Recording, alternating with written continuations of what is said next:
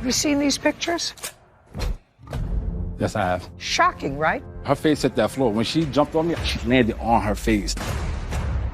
There's no question she was assaulted. Listen, I don't know your name. You look like a nice lady. You want to get involved with that? The guy is not a gem. This is Judy Justice. Desiree Francis is suing her former friend, Ronnie Fairley, for damages from an assault. Court come to order. All rise. Have a seat, please. Judge, Evan? case 3181, Francis versus Fairley. Thank you. You're welcome. Okay, each of you claim the other assaulted the other. There are some other nonsense things here on a counterclaim that I'll go into if I have to. Miss Francis, you met Mr. Fairley online. Yes. That was in 2022, Yes. according to your complaint. October 2022. And am I correct that you are unmarried? Yes. And you, sir? I'm married. The complaint alleges that you met each other online, started to communicate, and became friends.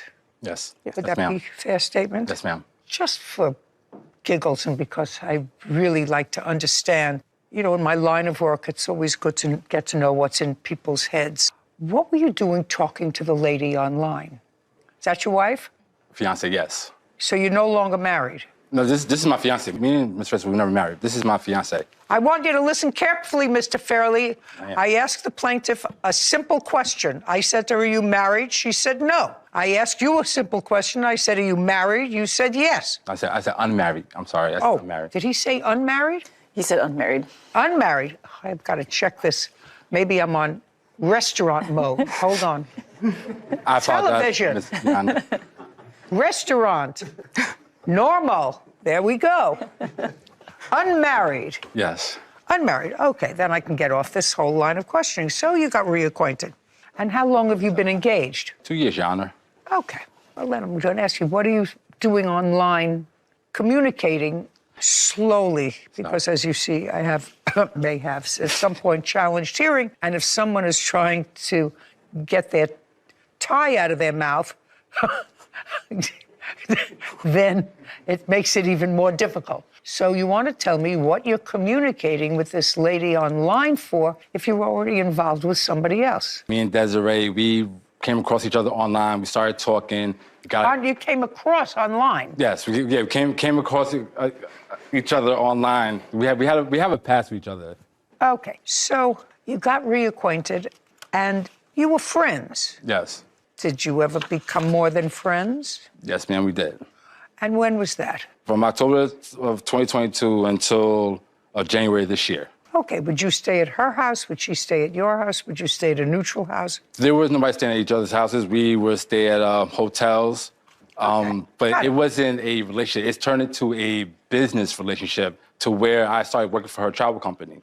Okay, while you were working for her company... I'm sorry, you said ask why? It's always kind of hard to shut the barn door, sir. While you were working for her company, were you also intimate with her? At the time, Your Honor, I didn't have a... Forget fiancé.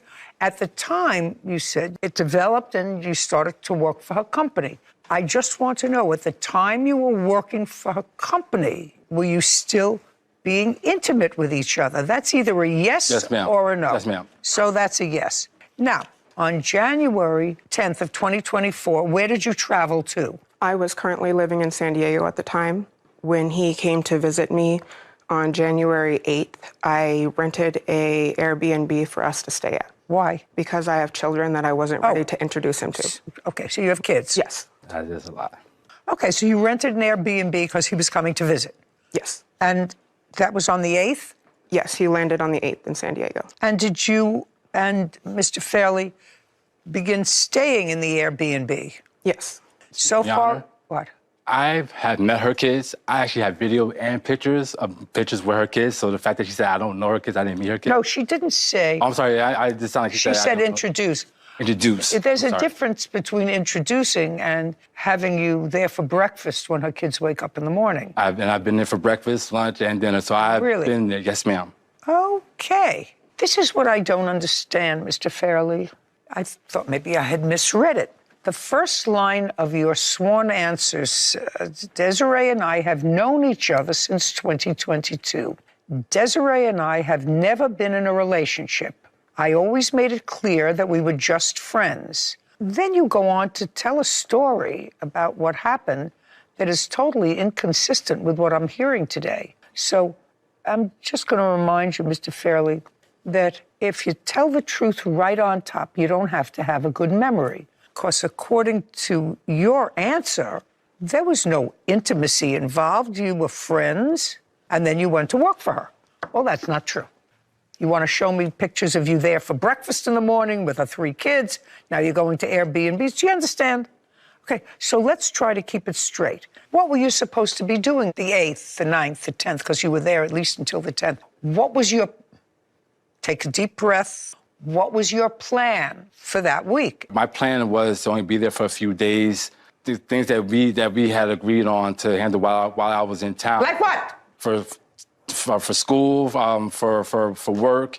Those are the 2 main things, for school, for work. What school? San Diego City College. Well, what were you doing with San Diego City College? I was going to school there, doing online classes. What? Yes. You were going to online school, so you had to go there? Well, I was there because things for financial aid I had to take care of. Those things for financial aid I had to take care of. That's the reason why I had to fly out there as well. I had this whole thing going on. Your nose is starting to grow. Is it? Desiree Francis claims her former friend, Ronnie Fairley, owes for damages from an assault. Ronnie is countersuing for car expenses and travel costs. Okay, so you had absolutely no need to be in San Diego to get a scholarship. As everyone knows, you do that online, and you go to school online. Going to school online means that you don't have to be in school. Don't say anything, madam.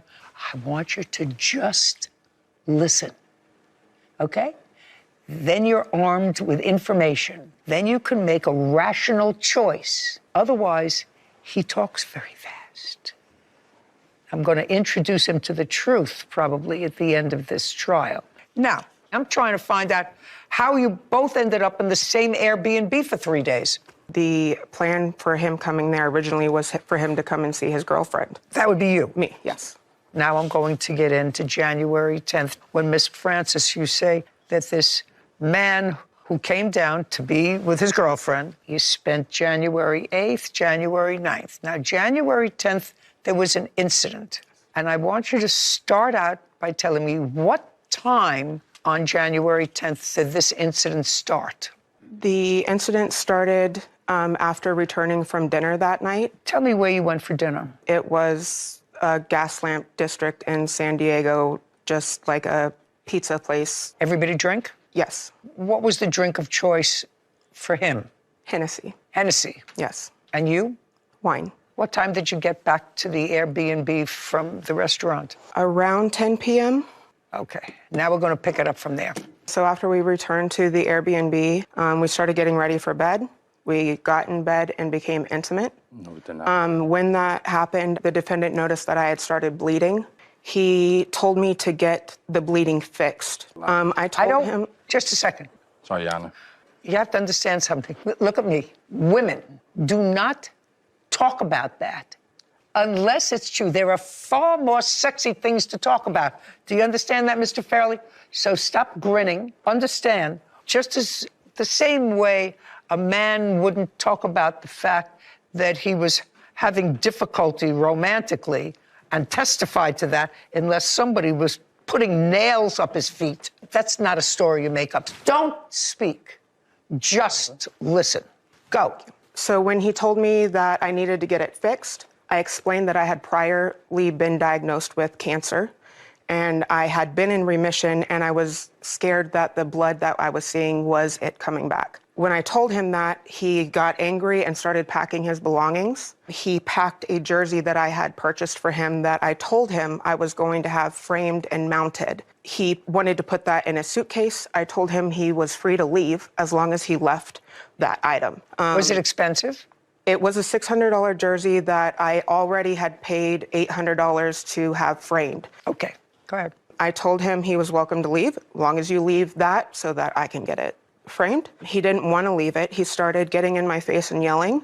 I remember seeing his fist next to my face, and I remember him grabbing my shirt and my shirt ripping. After I remember seeing his fist, I was knocked unconscious. I don't remember falling to the ground. When I came to, he was leaving out of the door. I moved. How much later? I'm not sure how long I was unconscious. I don't believe it was very long, maybe Okay. a couple of minutes. Okay, go ahead. So when I came to, he was trying to leave. I remember him taking his phone out while I was up against the door bleeding, showing his phone like this and telling me that I was being a drama queen. I have photos of that incident. It was definitely not a drama queen, Your Honor. I currently have makeup to cover the scar that I have, but I have permanent nerve damage in my lip from this incident. I'm also missing a tooth and broke another one in half. I also had a closed head injury and a concussion. Okay, so I'm going to take a look now at your photographs and your medical record. You did go to the hospital. You Yes, didn't I say did. you went to the hospital. So these are the photos. And then these are from the hospital and the dentist.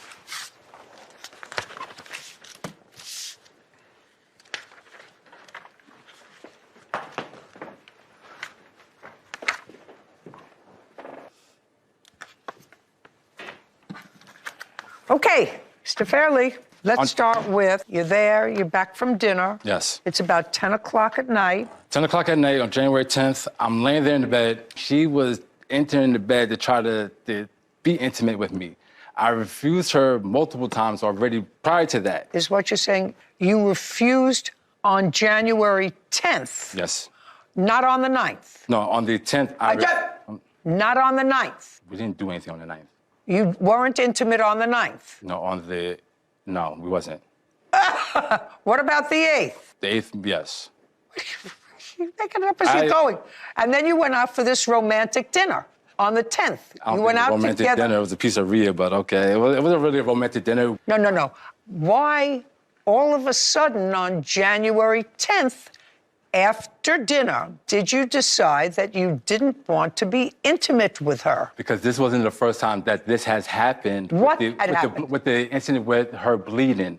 I told her, I understand the fact that you have cancer, you have everything going on, but at the same time, I do not want to be intimate with you. So now the reason that you chose not to be intimate was because of her physical condition. So I'm going to ask you this question, Mr. Fairley. But for that situation with her bleeding, you would have continued as you had since you came to the Airbnb to be intimate. The reason you just gave me is because of her physical condition. Is that correct? Want her to read it back? No. Or you want to tell me again? Exactly what I told you. That was one of the reasons. Not one of the reasons. Not one of the reasons. What was the reason? You got into bed, she got into bed? Because we were arguing before we started intimate. About what? About us wanting to be in a relationship with each other, and I told her I did not want to be in a relationship with her.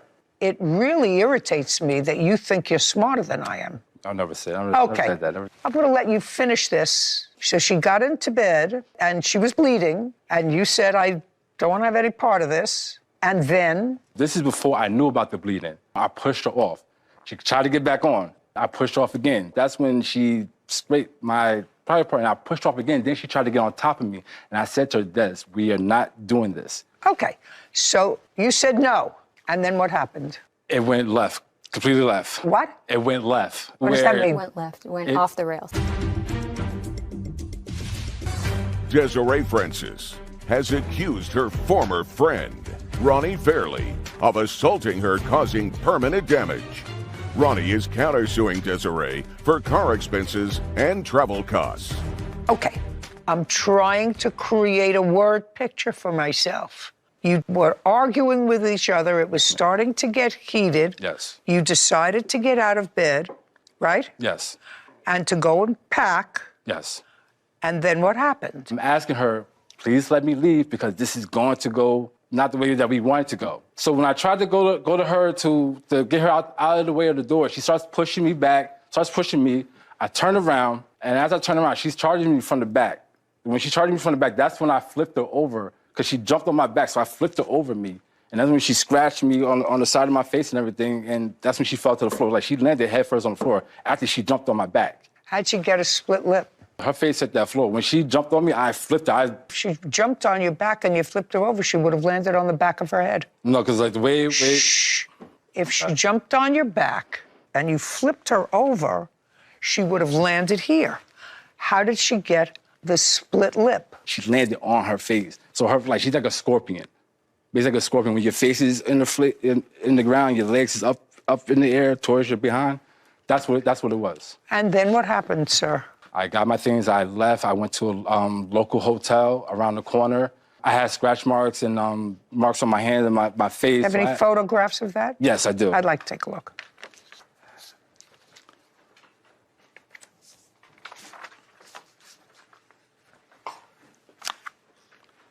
Oh, you're showing me that you had skinned knuckle? Is that what you're showing me? I just want to know, sir, is what this picture is of a knuckle with skin off it. That's your knuckle, and there's skin off it. Yeah. Okie dokie. Now let me read you what your answer was, sir. You said Desiree decided to sneak into bed with me. She was drunk, and I told her no several times. So she got angry and bit me. Now, somehow you left that out. Whitney, we don't have to go back through the whole testimony. You did not take anything down that had anything to do with a bite. I did mention that. Nothing but a bite. I did mention that. I just said, like, she scraped my private part. I did say that. He did say that she scraped his private parts. Just a second. You said she bit me. Like, That's what you said in here. She bit me. Desiree then proceeded to cry and beg to enter a romantic relationship with her, to which I repeatedly declined. You had been intimate with her since January 8th. Interesting news, right? I already know. Oh, you already know, and you're jumping in anyway. Just wanted to make sure you know that this was January 10th, 2024. Shh. I know about all of this. Okay, walking in with your eyes wide open. Then you say, I got to the lobby and realized I forgot one of my suitcases. When I got back to the room, I found blood on the walls. Desiree had staged a crime scene. I quickly grabbed my stuff and left. You left out that fact, sir. You said you went to a hotel. Have you seen these pictures? yes, I have. Shocking, right? Have you ever seen these photographs? I have. Where? She sent them to him and he sent them to me. Okay. He called me immediately when the situation happened. He called me. You know why I'm looking at you, right? Okay. Just want to make sure that the two girls are in sync. There's a whole lot behind it. There's a whole lot behind it. Yeah. Nothing behind January 8th? I knew about it. Good. Okay.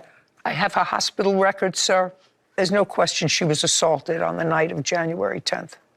I've heard your side of the story. The only injury that I see in the photographs that you gave me are injuries consistent with her being punched in the face. You have a counterclaim that she assaulted you. That part of your counterclaim is dismissed. I saw no physical injury other than the physical injury that probably resulted in you punching her in the face when you got your knuckles scraped.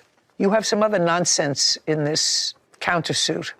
Desiree let me use her company car. Our agreement was that any maintenance would be covered by her. I had to pay for new tires and oil change. How often did you use the car? About a year. Is that because you didn't have a car? At the time, I didn't. What did you do with the car after the year? The car actually got repossessed. When? The car got repossessed, I would like to say in, October? What are you looking at her for? I'm trying to remember the time that it got repossessed. Well, in a month. so there were... It was in Hey. 2024. It was early 2024. After January? No, After no. this incident? No. It was before the incident. Oh, you have a counterclaim for car expenses. That part of your claim is dismissed. Now talk to me about a plane ticket. What plane ticket are you talking about? She promised me verbally that she would pay for my plane ticket to go back home. And she didn't for a year, No. right? No. Forget about it. Listen, I don't know your name. You look like a nice lady. This man wouldn't know the truth if it came up and introduced himself right to his face. Correct. Look at his face. He's used to getting over. You want to get involved with that? You look like a nice lady. Do you work? I do. I somehow knew that you had a responsible job. Does he work? Not at the The moment. answer is no. No. He doesn't work. He really doesn't know a lot about working. No. You think that that's going to change? It's not going to change. Go into it, eyes wide open. Eyes wide open. The guy is not a gem. Judgment for the plaintiff for assault in the amount of $10,000. This is an outrageous picture, sir. And the knuckle that has no skin on it supports this injury. You're an outrage, and I'm actually surprised you're not incarcerated. That's all. We're done. This court is adjourned. Kind of just glad the situation's over. I can put this behind me and move on with my life and just forget about this. It's embarrassing what he's done.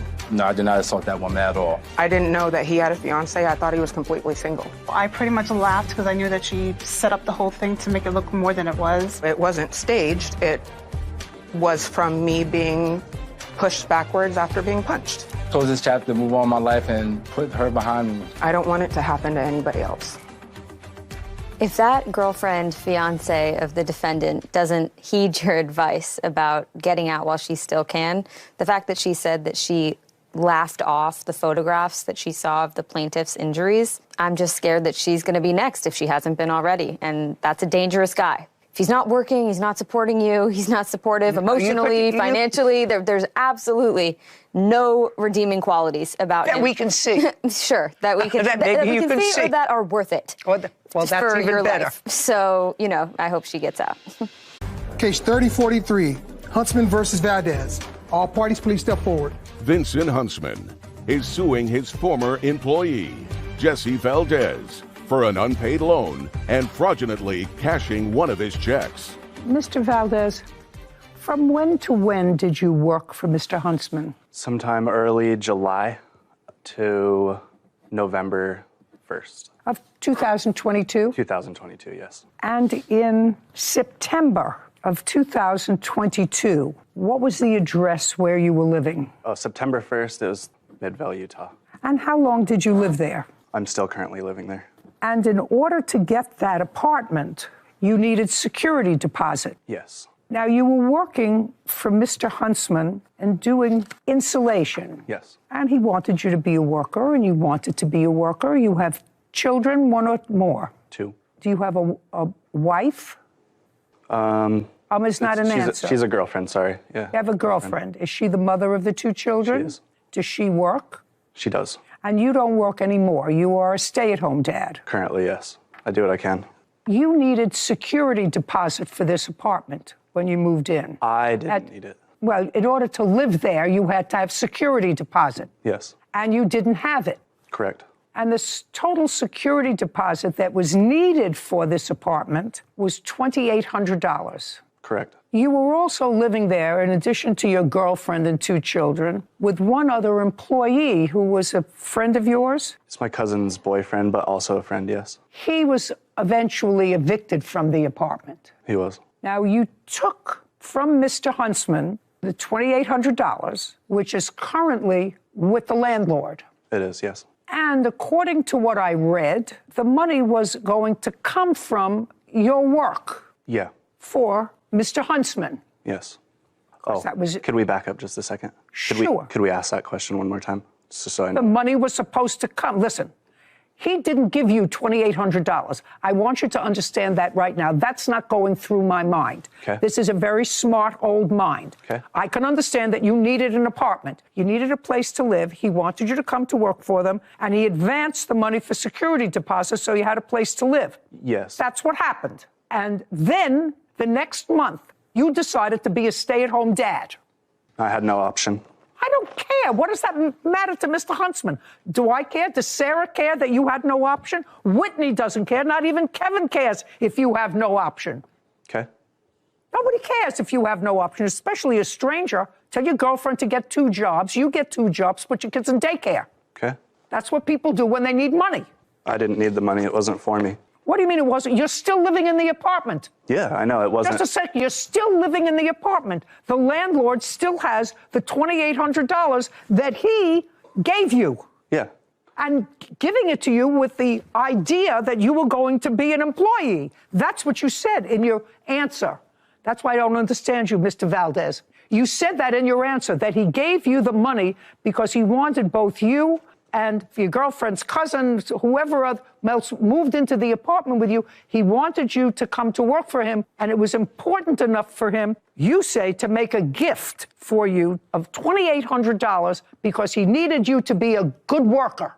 That's what you say in your answer. Yeah, And then you quit. I did. A month after you got the money, you quit. That's this timetable. Yeah, but there's some context to it that you're not picking up on. The context was? The context was that I had the money for my half. My cousin and her boyfriend did not have the money to come up with the other half. Did you use your money? Now, my question, did you For my half, yes. Did you? So you used your $1,400 for your half? Is that what you're telling me? I used $2,500 of my own money for my half because after the background checks came and the credit checks came, it went from $1,400 to $2,550. Was that for rent or security? Security. Show me a check where you used your money for the security. Then I'm going to dismiss his case. September 2022. At the top is some money that we moved from our accounts from our credit. So I had to move some funds around. Here's your pen. I had to move some funds around to cover our end. And then slightly after that. There's a difference between security deposit and rent. Yeah. Well, I see a deposit here, September 3rd, 2022, $1,400. Where'd that come from? That would be the first check I received from Vince. And then I see another deposit on August 19th, $1,400. Yes. Where'd that money come from? That came from Vince as well. Okay. $2,800, judgment for the plaintiff. We're finished here. This court is adjourned. You know, I've always been I own my own business, and I like to see people succeed and help them out. He gifted us the money, hands down. Hopefully you just can't keep doing it to people over and over and over and over. And then you can move on with his life and be a better person, period. I guess I just got to make better decisions, really. I actually thought that was hysterical because in the defendant's paperwork, he acknowledged that the plaintiff really wanted him as a worker, and therefore he made a gift to him in anticipation of him being a worker for him of this deposit. And then a month later, he quit to be a stay-at-home dad. It's convenient when your debt that's owed is tied to your wage payments. Yeah, right. Very convenient. Oh my God, I don't know what these people are thinking. The audacity. Yes. I always find that fascinating when people just take advantage of good nature. But then don't even see it themselves as taking advantage of good nature. No, I had to. I had no choice. I had no option, no choice. It's the problem with today, I think. They're complaining that they got some T-shirts, but you didn't send them half of the ones that they ordered. There were a lot of changing designs that took up our time, that took up our money, that we didn't charge him for. That is not our fault. We don't make the design. I don't know if that makes sense. That sounds like a yada, yada, yada. This is Judy Justice. Bailiff Cassandra Britt is standing in for Bailiff Kevin Roscoe, and Law Clerk Alexi Mincer is sitting in for Law Clerk Sarah Rose. Isaiah Kamchan and Brandon Uloa are suing their former supplier, Manuel Garcia, for the cost of a T-shirt order. Order in the court. All rise. Have a seat, please. Case number 3072, Kamchan Ulola versus Garcia. Thank you. Who is Mr. Kamchan? You were starting up a business, T-shirt business. Correct. The defendant was also in business. He makes shirts. I assume you were having them made to sell them either online or at events. Correct. You don't have a store, is that right? Online store. Online. What's the name of your company? Risen Athletics. Reason? Risen. Risen. Spell Risen. it. RIZIN space athletics. And where are they incorporated? Ceres, California. In the state of California? In the state of California. And it's a corporation. You have a license. You've incorporated it. Correct. Here. There's a website, about 9 items of clothing. May I see it, please? Sure.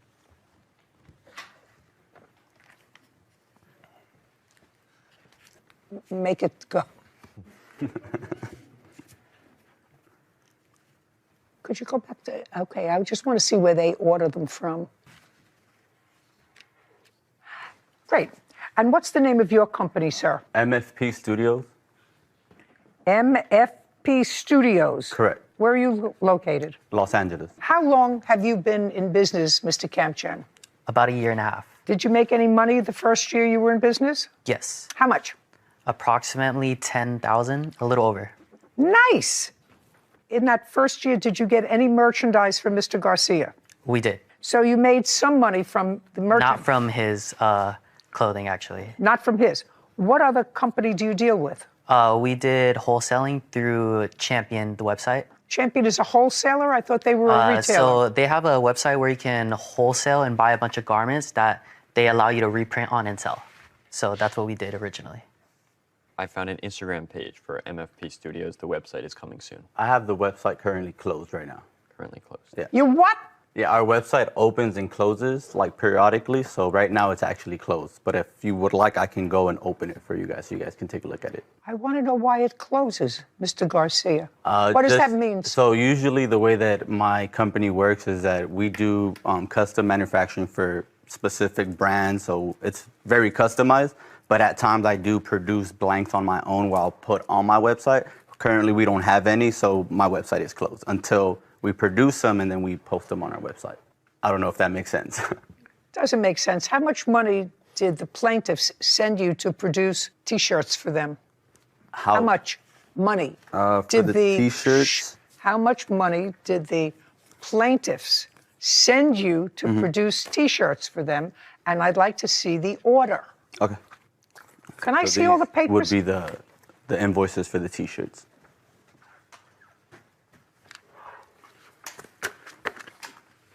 Thank you. Did they pay all of these invoices? Yes. Lex, would you add up these invoices for me, please?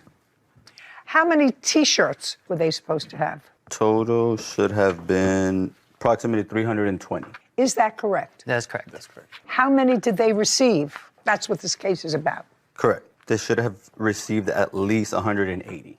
So about half. Correct. It's not true. Just a second. Okay. And you got paid.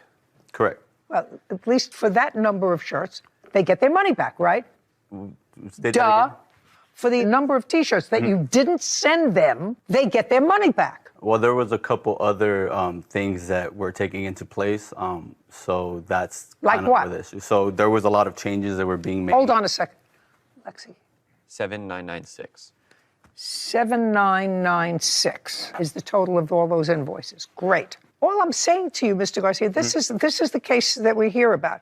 They're complaining that they got some T-shirts, but they were not what they ordered. You acknowledge that they didn't get half the T-shirts at all, and you didn't make them, and your website is now offline. Well, that happens like every... I don't care. Yeah, okay. I don't care. I don't know any other company that takes their website offline. I mean, I don't understand that. I could give you a list of a couple. I don't want you to give me a list of any. I want you to tell me why they're not entitled to at least half their money back. So like I was stating, there was a bunch of other changes. So them not being happy with the garments that they received, that at the end of the day, I can't control. That is what they've ordered. I sent them pictures. I'm talking about the ones that they didn't receive, sir, not the ones that they did. Okay. They were not happy, which they will tell me about the half that they received. You acknowledge that you didn't send them half of the ones that they ordered. Correct. Well, why should they pay for those? That's what I'm asking you to answer. Yeah, and that's kind of what I'm trying to explain. So try to explain it to me so that Alexei understands it. He's much smarter than I am. So when it comes down to custom manufacturing, there's a lot of other components that come into place. There were a lot of changing designs. There was a lot of remaking of screens for us to get the design onto the T-shirt that we had to do, that took up our time, that took up our money, that we didn't charge him for. So that's kind of where everything in terms of like the money goes to, is what we're saying. It's like, okay, if you're going to be making all these changes and then you're not happy with it, if you can see, I have pictures of me sending them a print of the T-shirt and them saying, oh, the print looks different. At the end of the day, we don't work on the designs. We don't change their designs. Whatever they send us is what we put on the T-shirt. If it doesn't come right on the T-shirt, that is not our fault. We don't make the design. That sounds like a yada, yada, yada. Isaiah Kamchen and Brandon Ulloa claim their former supplier, Manuel Garcia, did not properly fulfill their T-shirt order and owes them a refund. Let me see if I can give you the Reader's Digest of what he was saying. and tell me if that's what you understood. Would you do that for me? They ordered 320 T-shirts. For all intents and purposes, and because of our easy math, he sent them half. They paid for 320. What he's saying is because they kept making changes, they spent more time on the half that they got, so they didn't feel that they had to send them the other half. Is that what you're getting? Yes. That's a duh. Do you understand? That's a duh. You know, I'm trying to think of an analogous situation for you. I'm a dentist's daughter, and I know that sometimes in my father's business, somebody would come in and he'd look at a tooth and he'd say, you know what? It's a simple filling, you know, and I'm going to charge so much. And then he started to work. Patient said, okay, you know, that's a reasonable figure, and he started to work. And all of a sudden he found, well, there was a little something else in there that he really had to do in order to do what he said he could do for $20. Mm-hmm. And so it took him more time. You think he charged the patient for that? No, he didn't. So you at least owe them half of what they sent you. They sent you $8,000. Let's make it nice and easy because I'm an easy girl. And you didn't send them half the T-shirts. Mm-hmm. Now we're going to talk about the T-shirts that you did send them. Because are we finished with the ones that you didn't? Yep. Yep. Now we're going to go to the ones that they did send. And you have to show me why they were unsatisfactory. Pick it up. Perfect. So this is the sample that we received from him. So like the way samples work is he'll send us the clothing, we'll A-OK it. So we A-OK this. This is a large, by the way. Everything's perfect, everything's great. Okay, good. So let me show you the XL and the small. So this right here I'm holding is an XL. The difference. You want to see another thing? Smaller. This is what I'm holding is a small. We ordered 4 small sizes, small, medium, large, and XL. Hold on, can I see the smalls? Yeah. Can I see? Oh, still sorry. Here you go. No.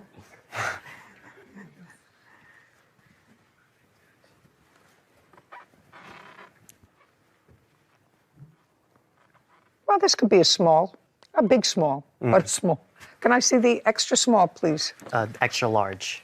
Extra large? Yeah. Yeah. Same as X size. They're the same size.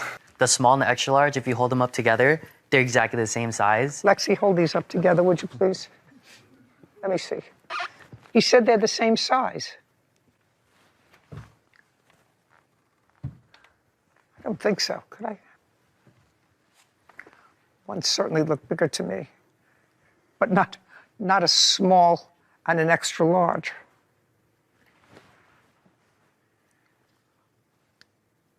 Okay, now this is what I'd like you to do, Cassandra.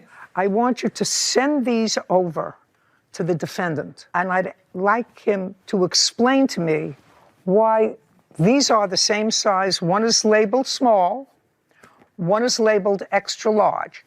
This has nothing to do with a change of design. This has to do with almost math, which, as we all know, is not my strong suit. Okay, so now give me an explanation, sir. This has nothing to do with changing of the design. That has to do with 2 T-shirts that are exactly the same. One says small, one says extra large. Explain it. This is a very simple fix, so there was just an issue with the tag in the labeling. Just a second. That's what you sent them. Yeah, that's Just a exactly second. my explanation. No, well, this is for the actual garment. What I was referring to was the print on the design. No, I'm talking about the actual garment. Did you Correct. send that to them? I did send Just a second. You sent that to them with the label that was mislabeled. Correct. Okay. How many of the mislabeled T-shirts did you send them? It's a very common mistake in manufacturing. I'm not sure. They didn't give me a number of how many were messed up. How many? Exactly 73. You see, what the problem, Mr. Garcia, is they can't sell those online because if somebody calls and orders a small and they send them a small, it's an extra large. Or if somebody calls and orders an extra large and they get it and it's got a small. And that could be easily fixed by just changing Who the tag. cares? Yeah. You know, my face can be easily fixed. Both. Not so easily anymore. These are all just fixed. Yeah. I mean, they can all be fixed. Yeah. When it happens, it doesn't always have to be sent out. Yada, yada, yada, yada, yada. Okay, so half you didn't send them and 73 you sent them wrong. Of the other half, 73 you sent them Labeled wrong. Correct. you sent them wrong, that they can't resell as you sent them online. I mean, they could send them to a pop-up store and sell them for nothing. Or and say, you know, you try it on and see whether it fits you, but you can't sell them online. Otherwise, their business would be destroyed. Okay, what about the rest? Now we're finished with the sizes. He has claimed to sent us over 180 shirts. That's incorrect. He sent us 123 exactly. You have any proof that you sent them 180 shirts? I had them in text messages, but I don't have that phone. But I mean, I'm sure that everybody that has no case has no phone. I mean, I have Mr. Garcia. Everybody that has no proof, pictures, yes, everyone then show it to me that you sent them 180 shirts. Well, I don't have all 180 in the picture. I don't know if you'll be able to count them, but. You want me to count them? You're in necessarily. business. Mr. Garcia. You want to show it? No, you're in business, sir. That's not the way you run a business. 120 they sent, and of the 120, how many were you able to sell? Out of the 120? Just a second. And out of the 120, does that include the 73 that were wrong size? Yeah. Oh, that includes. So we're left with only 50 that weren't labeled incorrectly. How many shirts did he send you that you were able to sell? 0. We sold none of his shirts. Because they were mislabeled or you didn't get them? Or misprinted and didn't get them. Great. Do you have any text messages between the two of you? So many. Anything in specific? I'd like you to show me one where you say to him, we cannot sell these shirts, they're the wrong size. We'll show you the demand letter. So we sent him a demand letter, hoping that he'd still try to solve it outside of court, but he never replied to it and just never sent us anything. It'd be us telling him that the items received were not as promised, and the other side would be the lawsuit issue. Okay.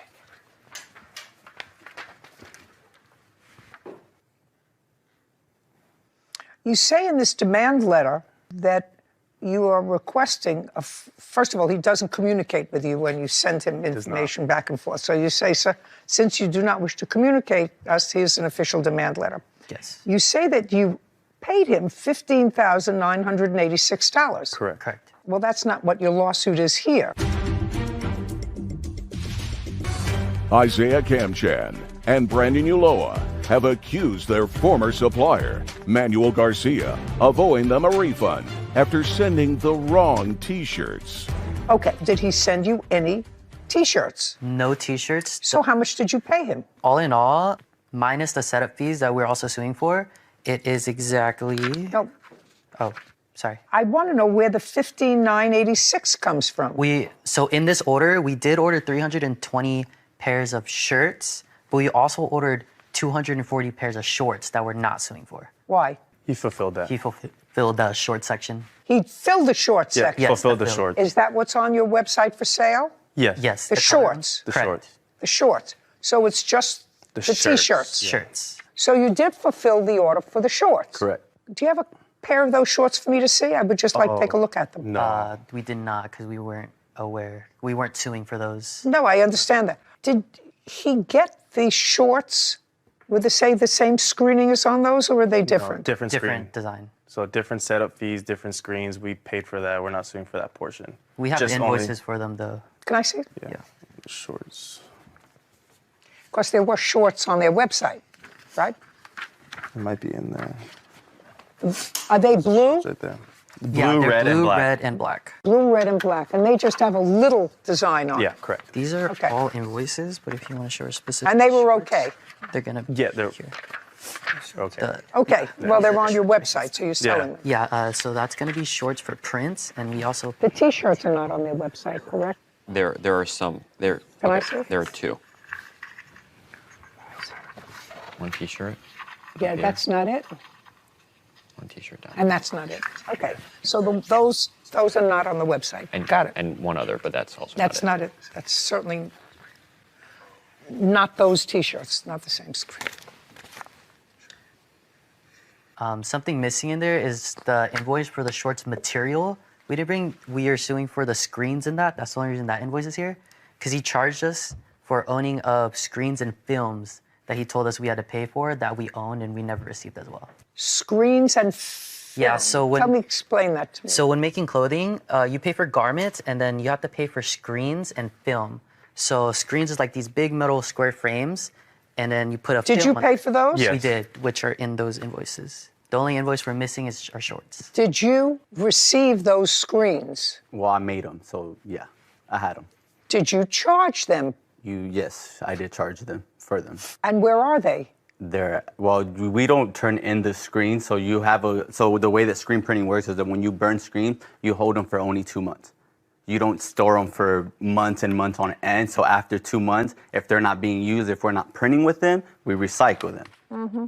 The films is just a piece of paper that I do have handy. So he told us that we own them and we could receive them whenever we want them for future references. So that's why we had asked for the. So you destroy them? Correct. Okay. So there we get to the $9,000. Actually, $9,100.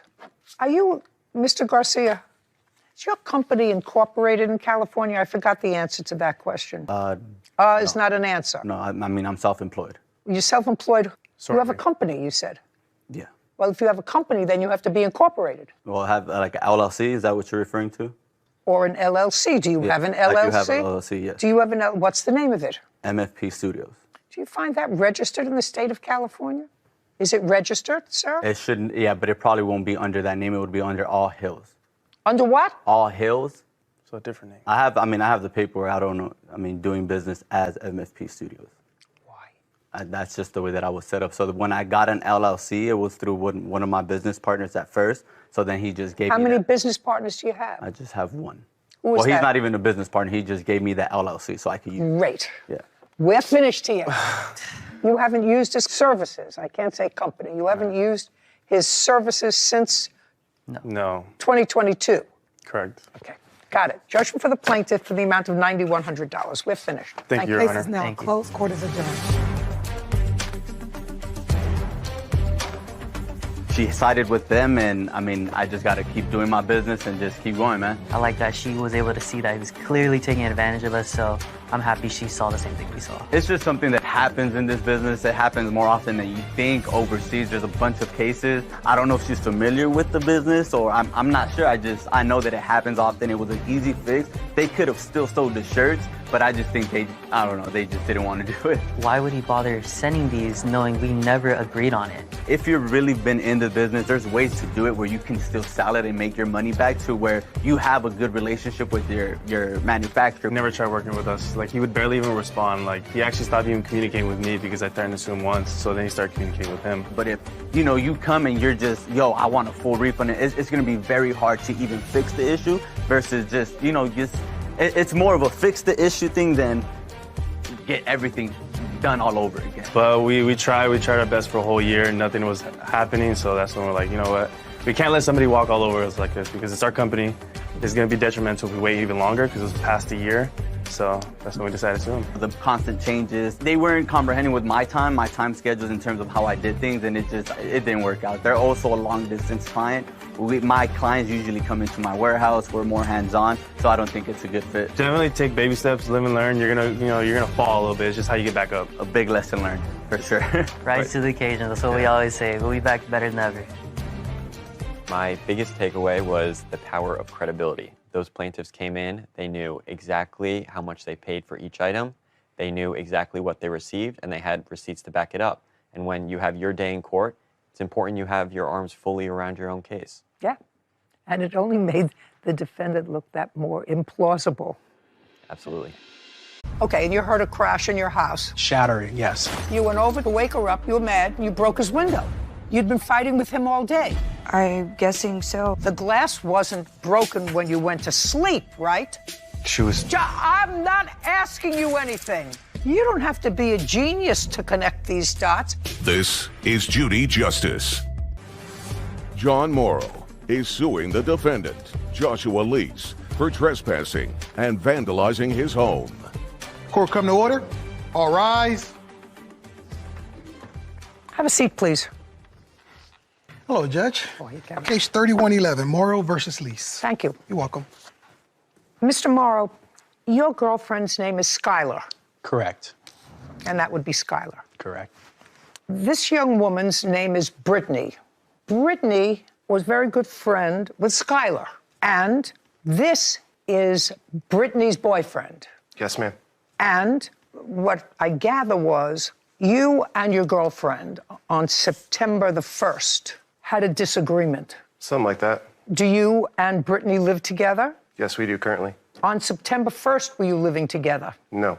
When did you move in together? Not long after the whole incident, probably about a month or so after. Tell me about the incident that happened that caused Brittany to flee and go to the plaintiff's home. Sure.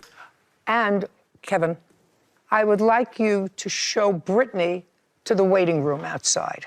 This way, please.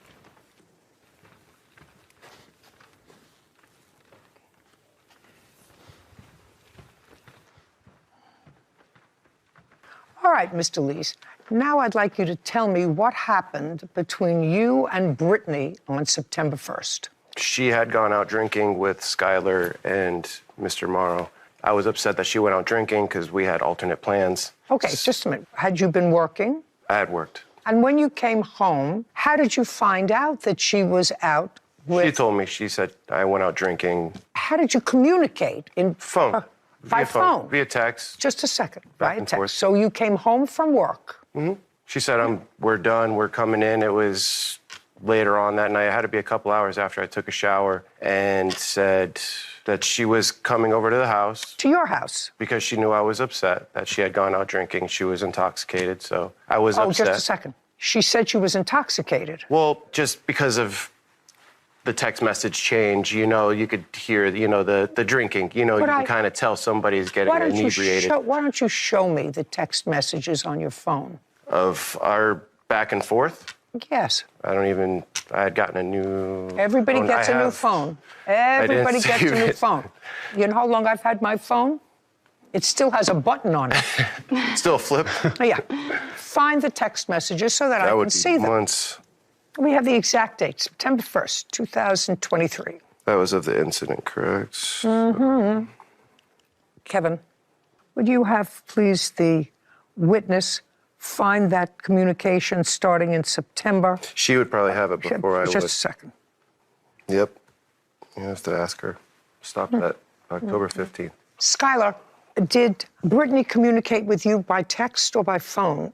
By text. Okay. While I'm taking the rest of his testimony, would you check your phone, please, to see what the messages are on your phone for September 1st? Would you do that? Mm-hmm. Thank you very much.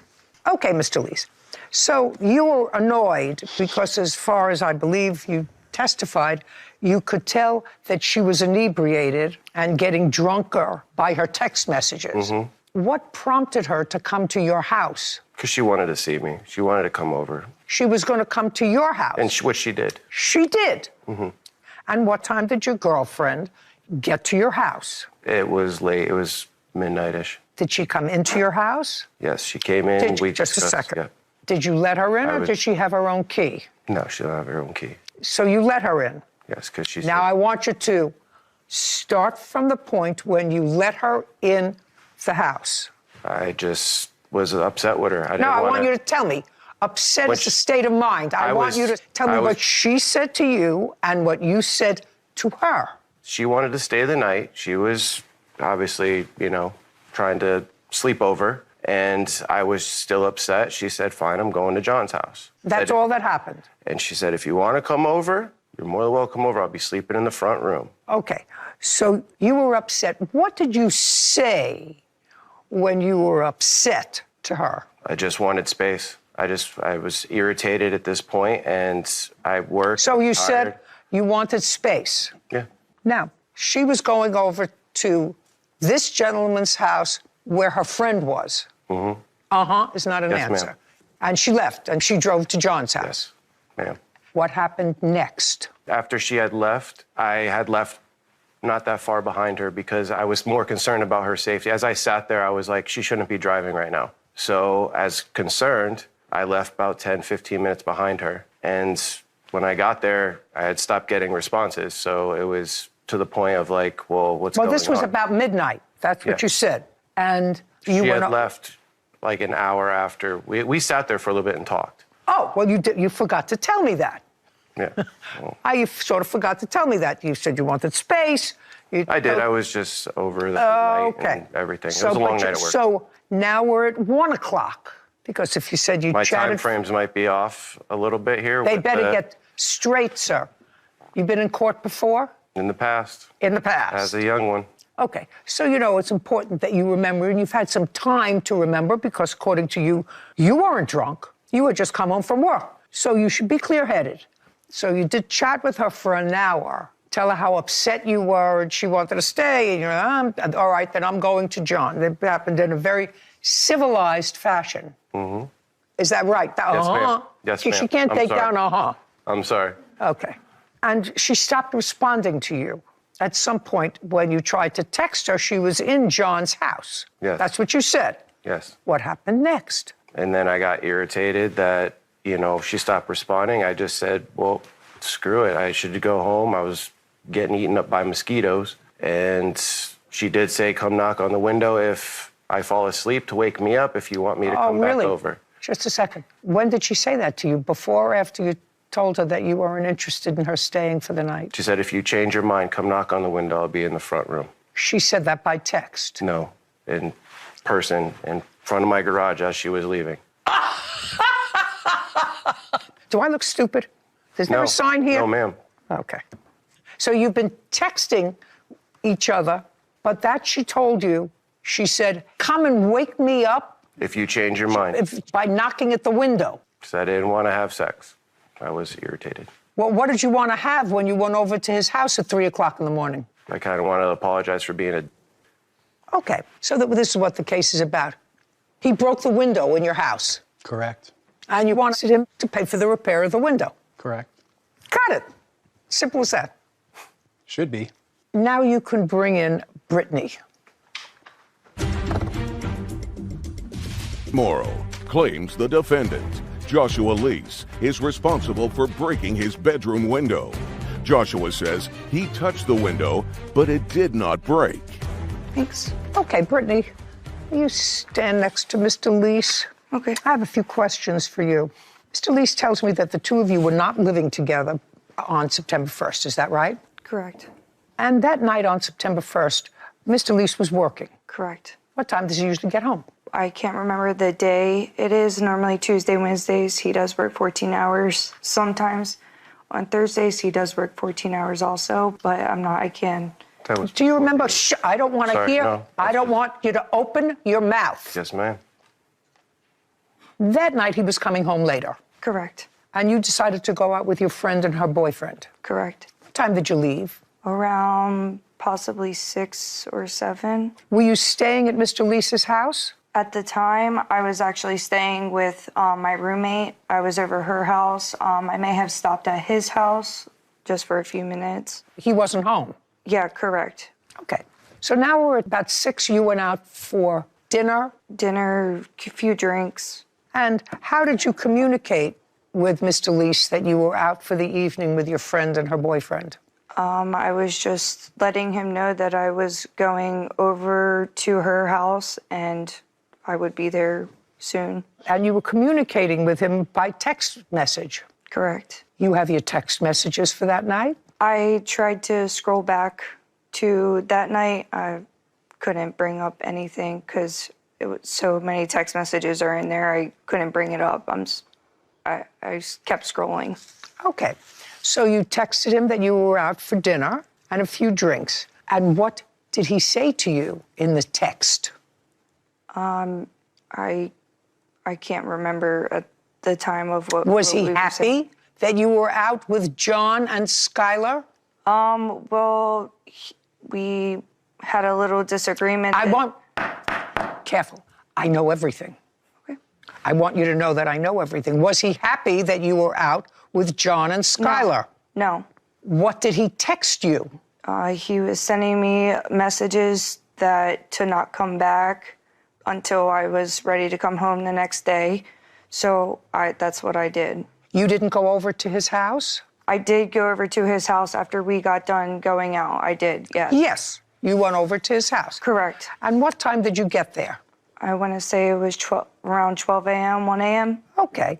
And what happened when you got there? He politely asked me to leave, and I tried telling him like I wanted to try and work it out with him, and he politely asked me to leave again, and I continued to stay there, trying to, you know, overbear him with everything that was going on. Like what?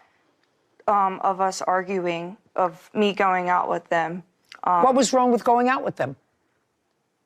Just No, look at me, Brittany.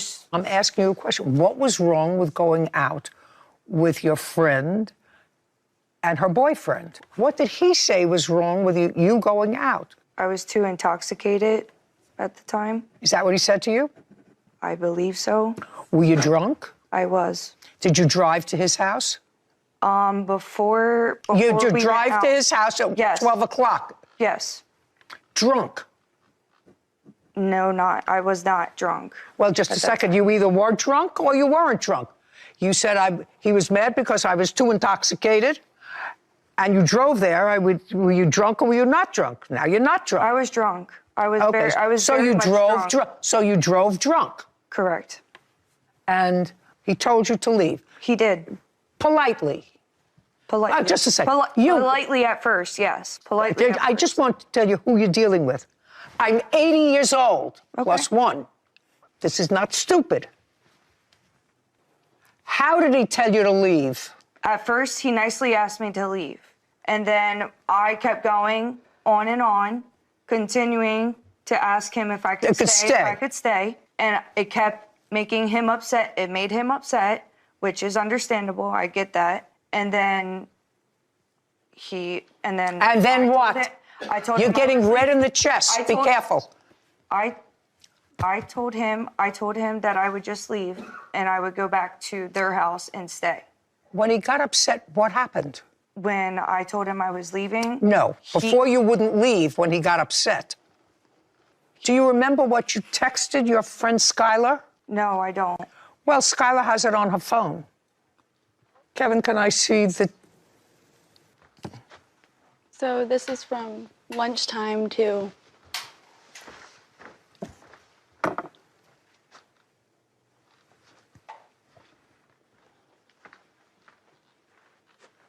Well, you had been fighting with him all day. You'd been fighting with him all day. That's what you told her. I'm guessing so. I don't... What do you mean you're guessing so? That's what you told her. Am I reading this wrong?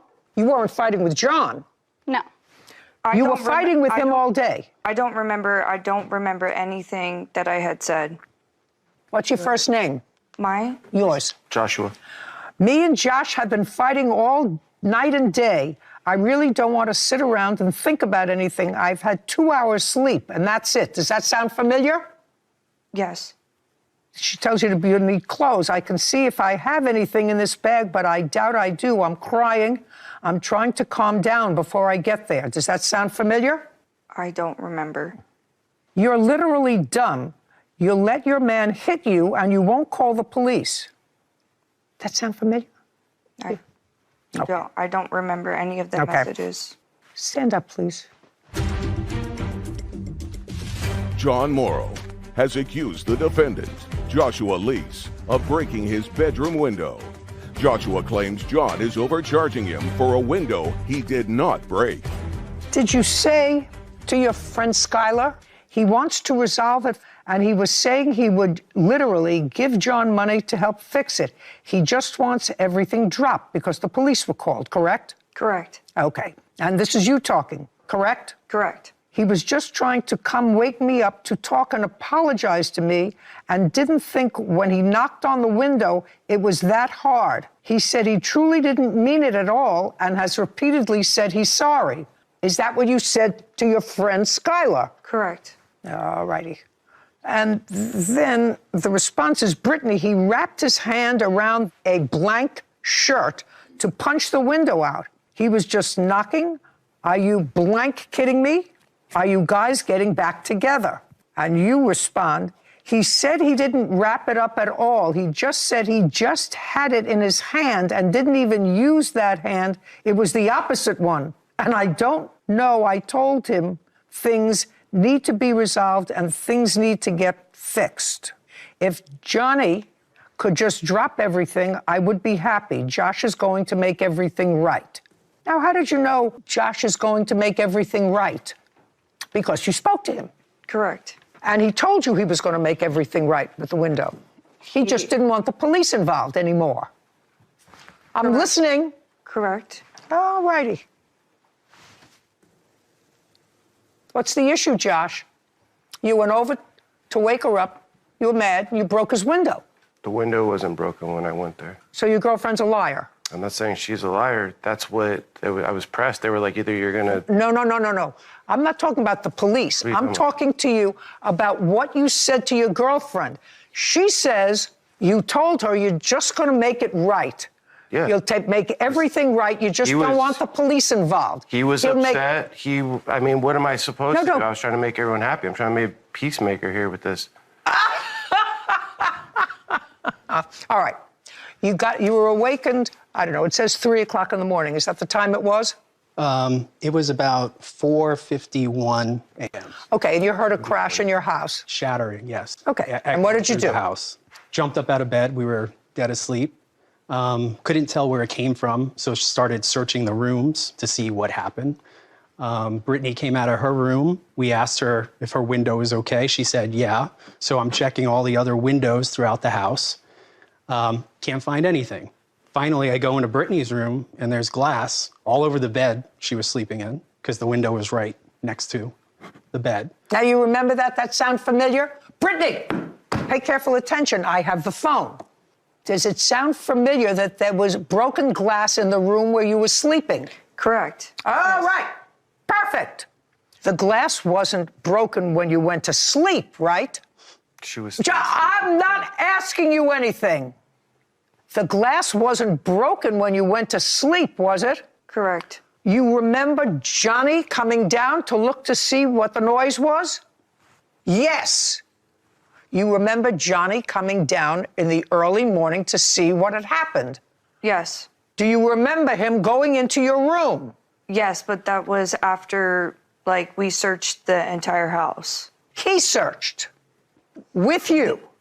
And then when he went into your room, where you had been sleeping, I assume, the window that was broken was in your room. Correct. All righty. You don't have to be a genius to connect these dots. I have a great-grandchild who's going to be a year old tomorrow. He could connect these dots. How much did it cost to fix the window? The replacement window was $2,020, $81.20. You have the... I do.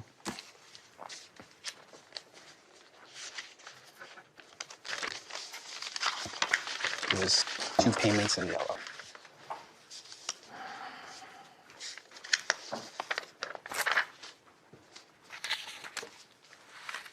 $2,081. Correct. Judgment for the plaintiff. Thank you very much. You better rethink this. I'm telling you, you better rethink it. For your own sake, you better rethink it. This court is adjourned. I didn't break the window. And $2,100 for a window in Florida, that's not impact proof. That's insane. I think the judge was very fair and could see through their lies and their story of what happened that night. I just a casual knock, and maybe my bracelet hairline fractured it, but I didn't break that window when I left there. Yeah, well, it was definitely broken. We have pictures and video of it as well. I'm happy it's behind me. It's outrageous, $2,180 for a window. That's unheard of. I think instead of running around breaking windows at 4 a.m., he should probably get a second job so he could afford his actions. It should be bulletproof for that price. Thank you, Judy Justice. Thank you. So to all the young ladies out there, there are warning signs. And sometimes the need to nest, which most women have, obscures your good judgment. But if you have to flee somebody once, it should be the only time. Sure. Even if they get annoyed at you going out for dinner and drinks with your friend and her boyfriend. Or partner, red flag. That's the first one. That doesn't jive with, I came home from work, 8:30, 9 o'clock. I was tired. I worked 14-hour day. And then you're up 4 o'clock in the morning because you've been texting back and forth, which both people conveniently couldn't find. Interesting that the witness could find it. but she seems like a mild young lady, Brittany. Shouldn't be with someone who breaks windows by accident. And who's familiar with courts. Yeah. So beware. Yeah. They sometimes the need to nest shouldn't interfere with your own gut reaction. Somebody. Yeah, Anyway, I agree. I hope she's smart. Hopefully it works out. Life. You walked up to her and you punched her. I don't agree with that. Are you making any excuses for that? They had each other's hair. I'm done with you. Put him out. Okay, let's roll. Because my child ain't standing here without me. You can take her if you want. This is Judy Justice. Sophia Johnson and her husband, Christopher Anderson, are suing Devontae Greer for medical bills, property damage, and lost wages caused by an assault. Court come to order. All rise. Have a seat, please. Uncross your arms. Judge, case 3183, Johnson Anderson versus Greer. Thank you. You're welcome. You weren't present during any of the activities that you allege in this petition. Is that correct? That is correct, Your Honor. Nor were you. Correct. You're her parents. Correct. You can sit down. You can step up. Okay. And you were not present during any of the activities that are alleged in this petition. Is that correct? Yes, Your Honor. How are you related to the defendant? I am her uncle and her guardian. You can have a seat. Yes, ma'am. Stand up. Your first name is? My first name is Marley. And yours? Justice. How old are you? I'm 15. And you? 14. How long have you known each other? We met each other this year. Who was new to the school? Me. You were? Yes. Just this past semester? Yes. Okay. Marley, this petition says that you had some difficulty with the defendant. Yes, ma'am. And that she assaulted you, that you were injured, and that was not far from school. Yes, Your Honor. Okay, so I'd like you to keep your voice up and tell me when this happened. Okay. This all started September 21st in 2023. December 21st, and I want you to do something. You know, young people know how to listen to each other when they talk fast. I am no longer young. You don't have to speak in slow motion, but speak the way I'm speaking. Okay. Got it? Got it. Good. December 21st. Okay, September 21st, 2023, me and Justice took a class together, and it was our last period class. We were taking a test, and our teacher had stepped out the room for a second. Yep, you're talking fast. Okay. Your teacher asked? No, our teacher had stepped out of class for a second, and me and my friend started talking. When the teacher arrived back in the classroom, she said, "Stop talking to us." We stopped talking, but Justice and her friend were continuing to talking behind us. So my teacher told me to bring her my test, and I was going to receive a 0 for the test. Okay. And then I told her that that was not me talking. So my teacher told me to point at who was talking. So I pointed at Justice. Was Justice talking? Yes. You remember this incident? Yes. Were you talking? Look at me. If you tell the truth, you don't have to have a good memory, right? Because one way or another, you see, she's taking down everything. And this is not my first rodeo. So I'm going to ask you a question. After the teacher told them to stop talking, did you continue to talk? No. Okay. Did you hear Marley tell the teacher that you were talking? Yes. And when Marley told the teacher that you were the one talking, did the teacher ask you if you were the one talking? No. What did she do? I really don't remember what did she do, but... We're not talking about 5 years ago. We're talking about an important event. Something bad happened to you as a result of this event. What do you mean you don't remember? Look at me. What happened after Marley told the teacher that she wasn't talking, you were? I got angry, because... You got angry? Yeah. Okay. That's not unreasonable. You got angry because? She pointed at me, and I wasn't talking, and she told the teacher it wasn't me. So did you tell the teacher it wasn't you? Yes. And what did the teacher do? Come on, come on. I'm trying to think. Hey, just a second. Has this happened to you before in school? Yes. Oh, well, I was going to say, if it hadn't happened to you before, I would say that this is an important event, but it's happened to you before. What did the teacher do with regard to your test? I don't know. I think she took the test, too. She told me I couldn't take it anymore. Okay. And what did you say to her? I said, don't point at me.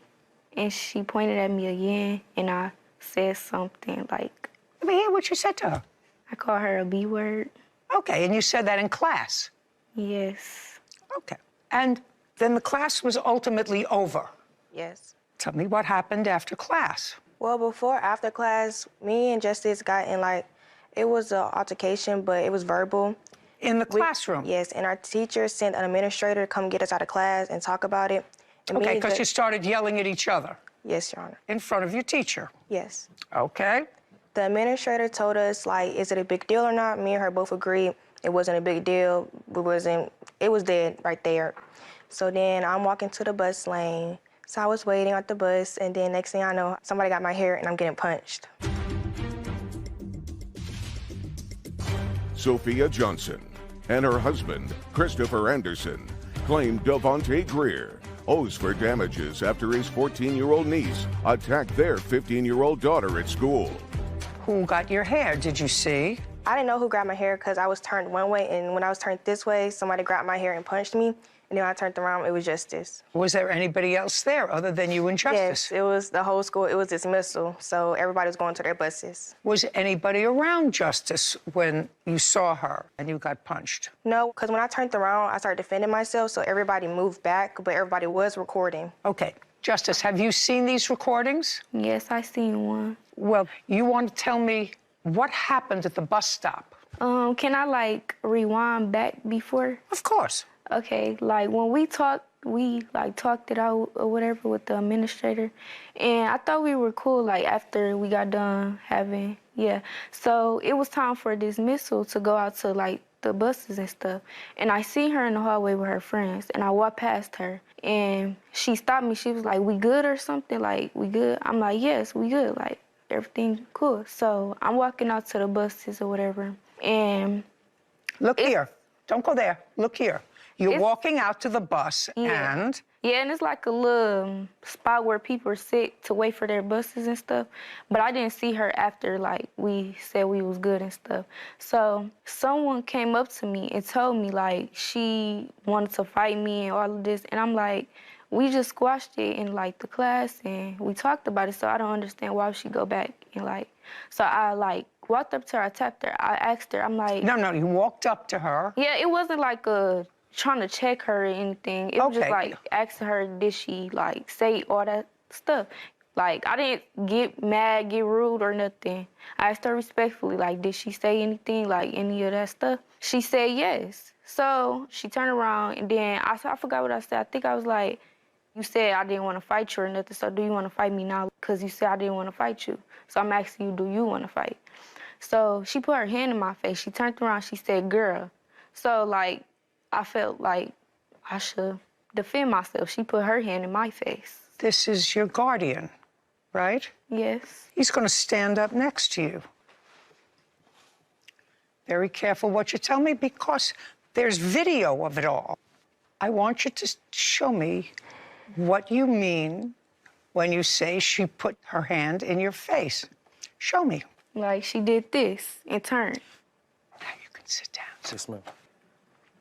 She put her hand up and she turned around to walk in the other direction, like this. I want to know where you hit her. In her head. Okay. Now, after you hit her in her head, did you start to fight with each other? Yes, I You defended started to myself. fight? Yes. And people started to videotape the fight? Yes. Did you have any friends there? I was standing by my friend, but then when she walked up and when she had hit me, she moved away, and it was just us two fighting, and then the crowd formed, and it was just like everybody was there. Did you hit her? Yes. How many times? We was fighting a long time.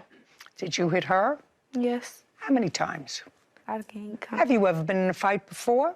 Yes. How many times? Once. The same year? No. Year before? Middle school. Ever been in a fight before? Yes. When? Probably like middle school. You're a mother? Yes, ma'am. Did you ever get into a fight? No, nothing. Physical? serious. No, ma'am. Sit down. Did you ever get into a physical fight with anybody? Negative. Ever get into a fight, Whitney? I'm just curious. No. You know that bizarre this sounds to me? Really bizarre. Now I'll see the video.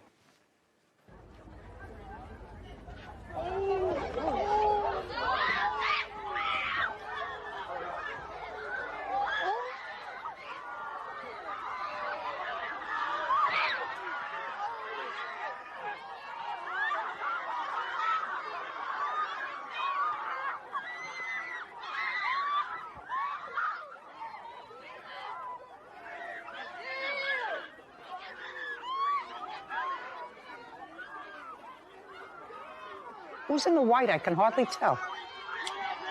That's Justice. That's being attacked by the adult officer.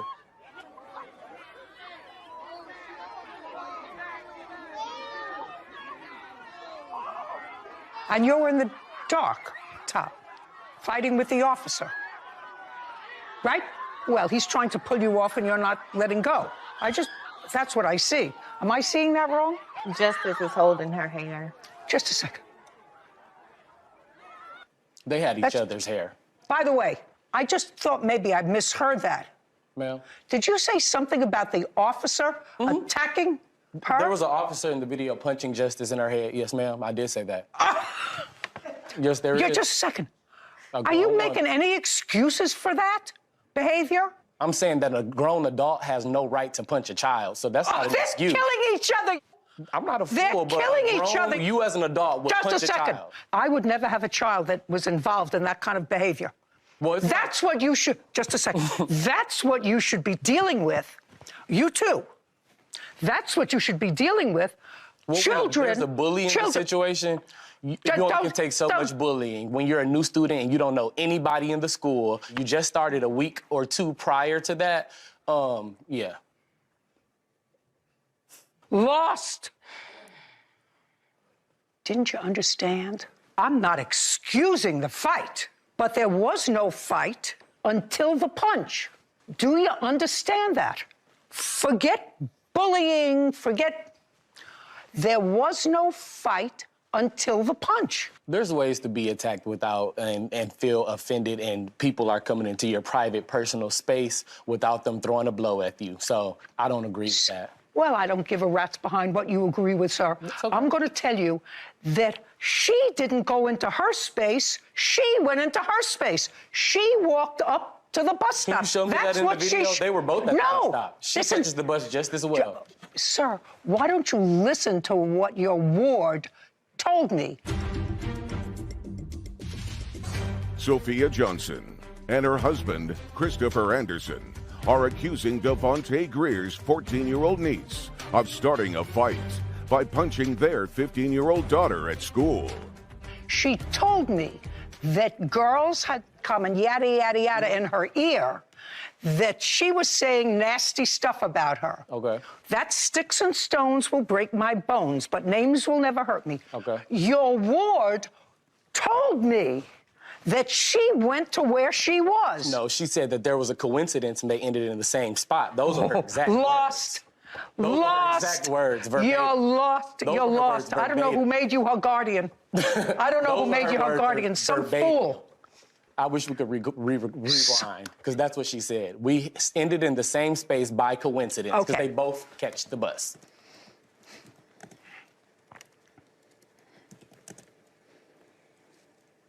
I'm walking out to the buses or whatever, but I didn't see her after, and we said we were good and stuff. So someone came up to me and said everything she was saying. She wanted to fight me, all of this. And I'm like, we just squashed it in class, and we talked about it. So I don't understand why she would go back and yeah. So I see her outside. So I walked up to her, tapped her. I walked up to her. And? It was asking her, did you say all that stuff when we just squashed it? I asked her. I didn't get mad or rude or nothing. I was like, you said you didn't want to fight me. Do you want to fight? She put her hand in my face and said, girl. So I felt like I should defend myself. She put her hand in my face. I never put my hand in her face. Who took that video? It was posted on Instagram and they sent it to me. So that's how I got it. Do you know who posted it on Instagram? It has to have I don't know exact who, but it was one of her friends. Is it one of your That friends who recorded posted it on Instagram? Well, it was a lot of people reposting the video, That's what my friends that were reposting the video, but the account, we never knew who actually posted the video. Your Honor, if I may. Sure, you can. If you look at the beginning of the video, whoever's recording, knowing what's going to happen because it's a little boy walking by, she's like, move, move. You see Marley is literally on her phone with her book bag, her purse. I didn't see that. Yes, ma'am. So at the beginning, you can see the Well, girl just a second. Can we go back and slow motion that? standing behind Marley and just attack her. Where does she pull her Shh. Oh, just a second. Can we slow motion that again, please? Justice, you see that back in long black pants, long black hair, and the white shirt. Is that you? Yes. Okay. Now, we're going to do it in slow motion. Slow. So you're walking slow, slow, slow.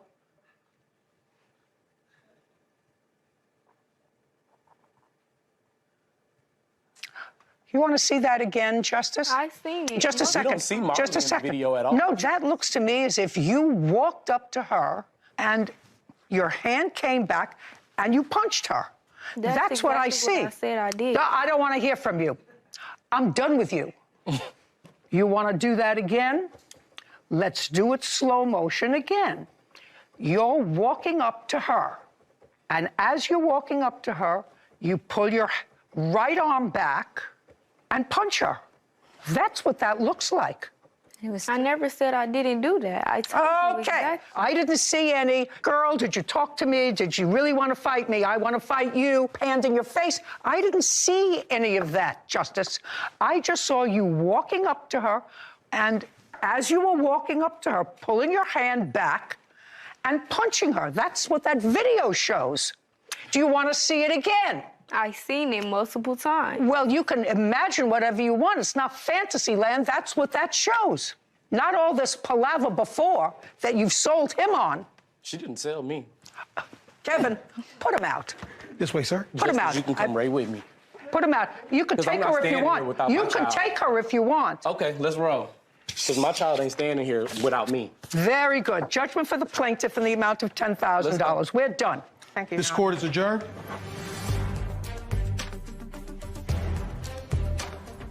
After seeing the video only depicts part of the truth. The conversation was actually had before that. The video was clear as day that she hit Marley. Marley was engaged in her phone, in her own world, and she came behind her and attacked her. Well, this was a classic case of a bully beatdown. Someone who picks on you, intimidates you, and then when they get those hands or they take that beat down, then they want to come to the courts and play all those games. It was no bullying. I would say violence is not the answer, but if somebody picking on you and you got to give them them hands, hey, so be it. Keep your hands to yourself. You know, I sat in the family court long enough to know that with that kind of guardian, even if she was redeemable at her young age, it's going to be a long haul. Because the only thing that he found offensive was what he said the officer was behaving improperly. I don't remember what he said, punched her. Yeah. There was nothing in that video that suggested that the two officers was trying to do anything but pull these two girls apart, and they wouldn't let go. Putting themselves in harm's way, and now a mob of students who are recording, who are hyped up, all because of your child's actions. So maybe you focus on that instead of the actions of others who were doing nothing more than try to discipline your child because she didn't know how to act. Right. And there was no question when you watched that in slow motion that she came up to her and sucker punched her from behind. Well, that has to stop. It's crazy. She really got hurt. And the person who was supposed to give this young lady sound advice is blabbering in her ear that she was a victim. She was a victim because she's just in the school and she was being bullied. Well, that's not what the video showed. That wasn't the facts. And fortunately, with everybody walking around with a camera, you can actually record events. Yeah, but sadly, that doesn't help the victim mentality that's being shoved down her throat by her own guardian. Well, that's true. Yeah. But fortunately, it helps our job. It helps our job to have it on video. Is suing his former clients, Mary and Michael Rhodes, for unpaid demolition work. Court come to order. All rise. Have a seat, please. Hello, Judge. Case 2115, Atar versus Rose. Thank you. You're welcome.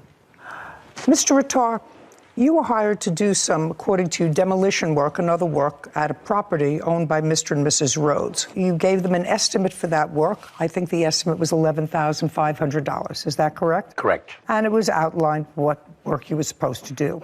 You started that work, and according to you, at some point there was disagreement with either or both of the Rhodeses, and they stopped payment on a check that they gave you. Correct. And the check that they gave you was for $4,200. And then you stopped work for them. Yes, ma'am, we're finished. So you're suing them for the canceled check and for other unpaid work that you did that you didn't get paid for. Correct. Mr. and Mrs. Rhodes say that they were not satisfied with the quality of your work. It cost them $9,000 to both replace things that were stolen from their property by either you or members of your team, something which I don't think that you question that somebody from your team, not you, somebody from your team may have taken metal property of theirs that they didn't own. So let's go back. Mr. and Mrs. Rhodes, is this a new property to you, or is this a property that you owned for a while? It's a new property to us. That's what I thought. Yeah. So is it a private house? Yes, and we were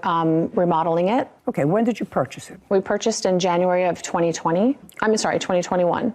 Is it a single-family residence? Yes. How much did you pay for it? $769,000. Describe the property to me. It's in northern Altaloma or Rancho Cucamonga. It's an acre property, has 2 levels on it, and a single-family ranch-style home on it right now. And what we asked him to do was demolition the lower half. Do you have a photograph? I do. I'd like to look at a photograph of what you wanted him to do.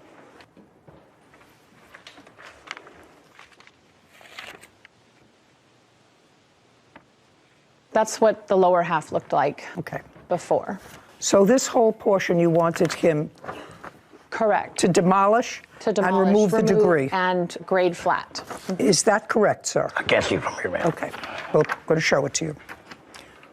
To demolish it, flatten it, fill it in. Remove all the debris. Yes. Okay. And did you have a written contract? We did not. Well, that's always a mistake. Always. How did you find him? I believe I got his business card. It was on my personal car, I think at Home Depot. We had bought this house and we tried to find somebody to do the work, but... Mr. Rhodes, let me tell you that the best way to find somebody is not somebody who leaves a card on your car at Home Depot or any place else. Yeah. It was a difficult time to find contractors with COVID and everything at that time. And at the time, I'm also going to add, because I read in the paper somewhere at the time, he didn't have a license. He did not. And you knew he didn't have a license. Yeah. That's the first thing I told him, Your Honor. I do not Just a have second. license. They didn't say no, we didn't know. They said we knew. So you got somebody who had no license to do what you wanted him to do, and you got his number from a card that he left on your windshield. Did you ask for references? That's either a yes or a no. No, and I'm not really sure actually 100% on where I found that card. I think it was... It doesn't matter. Yeah. I mean, but he did tell us he was in the process of getting his license, that it was coming. Yeah. I know. What does that mean? It doesn't mean anything. You're two intelligent people. Okay. So you hired an unlicensed contractor to do work on your house and agreed to pay him $11,500. Now, Mr. Attar, the $11,000 included labor and materials. Is that correct? There was no material. It was labor and bins. Well, that's material. Labor and bins to remove Yes, ma'am. all the equipment that you needed Yes, ma'am. to complete the job. Yes, ma'am. I Is got that pictures correct? Of before, too, of what I was supposed to do, and I took a picture. Well, no, I have that. You have the wrong picture, Your Honor. Okay, I'd like to see the picture that he has. I was supposed to do from the post all the way to the other post, remove everything, and the pool and the deck. Mr. Attar, the $11,500 was an all-inclusive figure. Yes, Your Honor. One of the things that became an issue is a bobcat. Correct. From what I'm piecing together, you hired somebody in a bobcat to do a Bobcat? That's a big piece of equipment that knocks down something. I rented a Bobcat. And somebody who operated it. My worker. You didn't know how to operate the Bobcat. I know how to operate Bobcat, but I was controlling the demolition site, ma'am. I was like many things were going at the same time. I had to control everything. Mr. Rattar, something happened with the Bobcat, the original one that you got. What happened with it? It broke down on us. No, it didn't break down on them. It broke down on you. On us. It broke down on you. Yes. So what did you do? I took it back, and next day supposed to deliver me another one, but they sent me a drunk driver and another broken down Bobcat. I returned it. At that moment, I asked Mrs. Rhodes, can you please go down Home Depot, which is like a mile away, so we don't stop wasting time, rent a Bobcat. Just a second. Why should she rent a Bobcat, sir? Your $11,500 included the Bobcat. But I paid for it. No. If you're going to pay for it, that's one thing. Then what are you sending her for? If your $11,500 figure included all materials, then she doesn't have to rent a Bobcat. If you rented one that didn't work, rent one that works. How much of a down payment did they give you? Presume was $4,000. When did you start the job? I started the job on 15th of January. When did you leave the job? I was asked to leave on the 2nd of February. On February 2nd? Yes, ma'am. Not to go back, I'll call the cops on you. Between January 15th and February 2nd, other than the $4,000, did they give you any other money? Yes, Your Honor, they did. How much money did they give you? They gave me up to $7,000. So they gave you an additional $3,000? Yes, and $1,000 check. Your Honor, that was within the first week we gave him. It doesn't matter to me. My question was between January 15th and February 2nd, they gave you $7,000. Correct. Explain the other $4,200, which is the check that they stopped payment on. Okay. I'll happily explain to you. The Bobcat she rented for me on her behalf, it cost $329 to rent per day.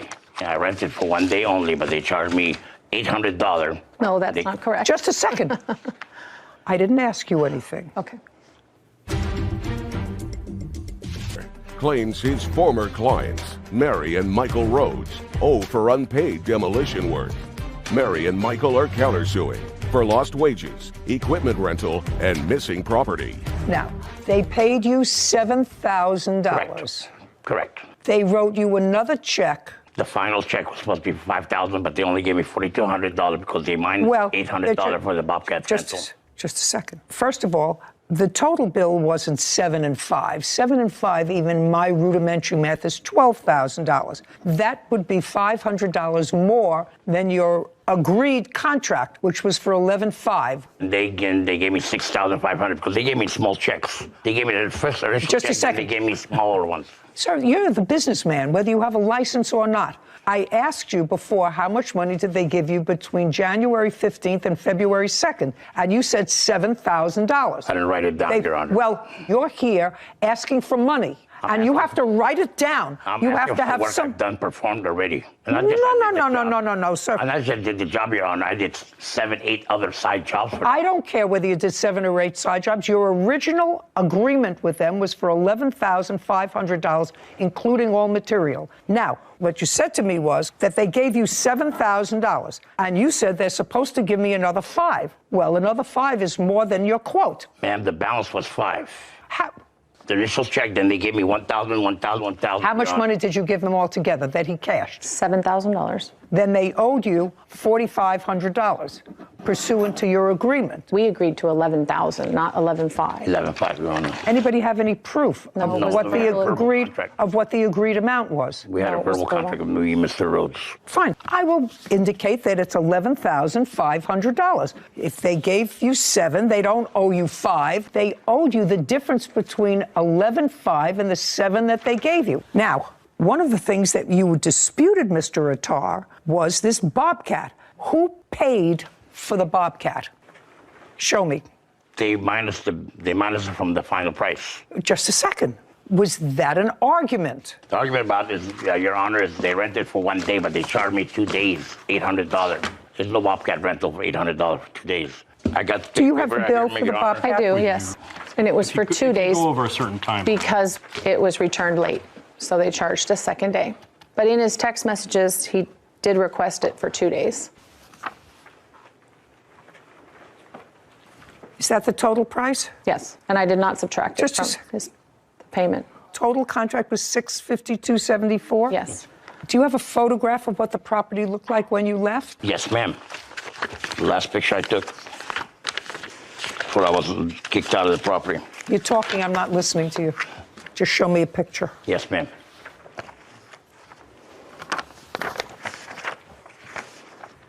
This is not a picture. Mr. Attar, you're the businessman. Yes, ma'am. This is your company. Yes, ma'am. Company requires A, a license before you operate, which you didn't have. If you do. B, it requires a written contract. You're the businessman. They're people who bought a house who got your number off a windshield someplace. You're the businessman, and you want the parameters. You want them fixed. So I don't know if it's 11,000 or 11,500. Do you understand? Very much, Your Honor. Right. Well, that's your mistake. You look as if you've probably been in business for a long time. 14 years. And is what you're telling me you don't have written contracts? All my contracts are verbal. Then how many times have you been in court, sir? Never. Never. I never had a stop payment check. Never paid me on time, Your Honor. It's a problem. So when you finished, the debris wasn't all removed. That wood, they kept telling me, don't touch it. Their neighbor, cousin, whoever's going to come pick it up. That was just cut cord wood. No. There's brick, there's wood, there's cement. We cleaned all that. I personally cleaned all that. Just a second. What I asked you, Mr. Attar, was show me a picture of the property when you left. This is the picture that you showed me. That was the last, before I had more work, I came in and did more. I wasn't taking pictures. I wasn't expecting somebody to stop payment on a check, Your Honor. I was not pictures expecting of that. what it looked like when he left. What about after? Well, what are you showing me here? This brick that's here? They piled it there and then left it there. Well, that's probably a good one. No, it was supposed to be removed. So this is the back. That's the picture of the sagging patio because he removed part of the supports that were holding up the patio that he wasn't supposed to. So it's now sagging. Now, this is the picture that you gave me when you told me this is what you wanted, leveled, cleared, and made flat. Right. Now, I want to see your picture of what this looked like when he left. You have it. It's in some of those photos. Flat leveled. You're talking about this? Yeah. That's part of it. The close-ups, that's part of it. Well, it looks like most of the stuff is done. It looked like a lot of cleanup left. No, ma'am. We've done all the cleanup. Well, I haven't seen that, so then what you're supposed to do is take a photograph. It was also buried underneath. These are the photos of when we did it ourselves and really leveled it out. And as we were doing that, we found so much buried underneath that should have been removed, but his Bobcat person buried it all. Your Honor. I mean, buried all the debris, all the concrete brick. Okay, let me see the bill from the... No, we did it ourselves. We rented equipment and did it ourselves on his vacation. Oh, nice. Okay, $4,500 is so far what's owed on this contract. Now, your counterclaim is money owed for lost work, equipment rentals, labor and missing damages to property. What money owed for lost work? During the second week that he was working, he called and said that his crew had left. This was the second day of use of, supposed to be use of the Bobcat that I rented. Okay, if you interrupt me again, I'm just dismissing your case. Do you understand? Thank you, Your Honor. Understand? Yes, ma'am. Very good. So just explain lost work. Who's lost work? His. Oh, forget it. Well, he called and said his crew left. Forget it. He can't finish the job. You weren't living there. Not yet, no. You weren't living there. Okay. He wants to go. I'm not interested in his lost wages for taking care of his house. So far, you owe the man the balance on his contract, unless you had somebody else do it, which is absolutely fine. And I would look at that removal of debris, what it costs you, and you're absolutely entitled to that. Deducted from what you owe him, which is $4,500. But he didn't finish the job. Just a second. You tell me, how am I supposed to gauge how much of the job he didn't finish?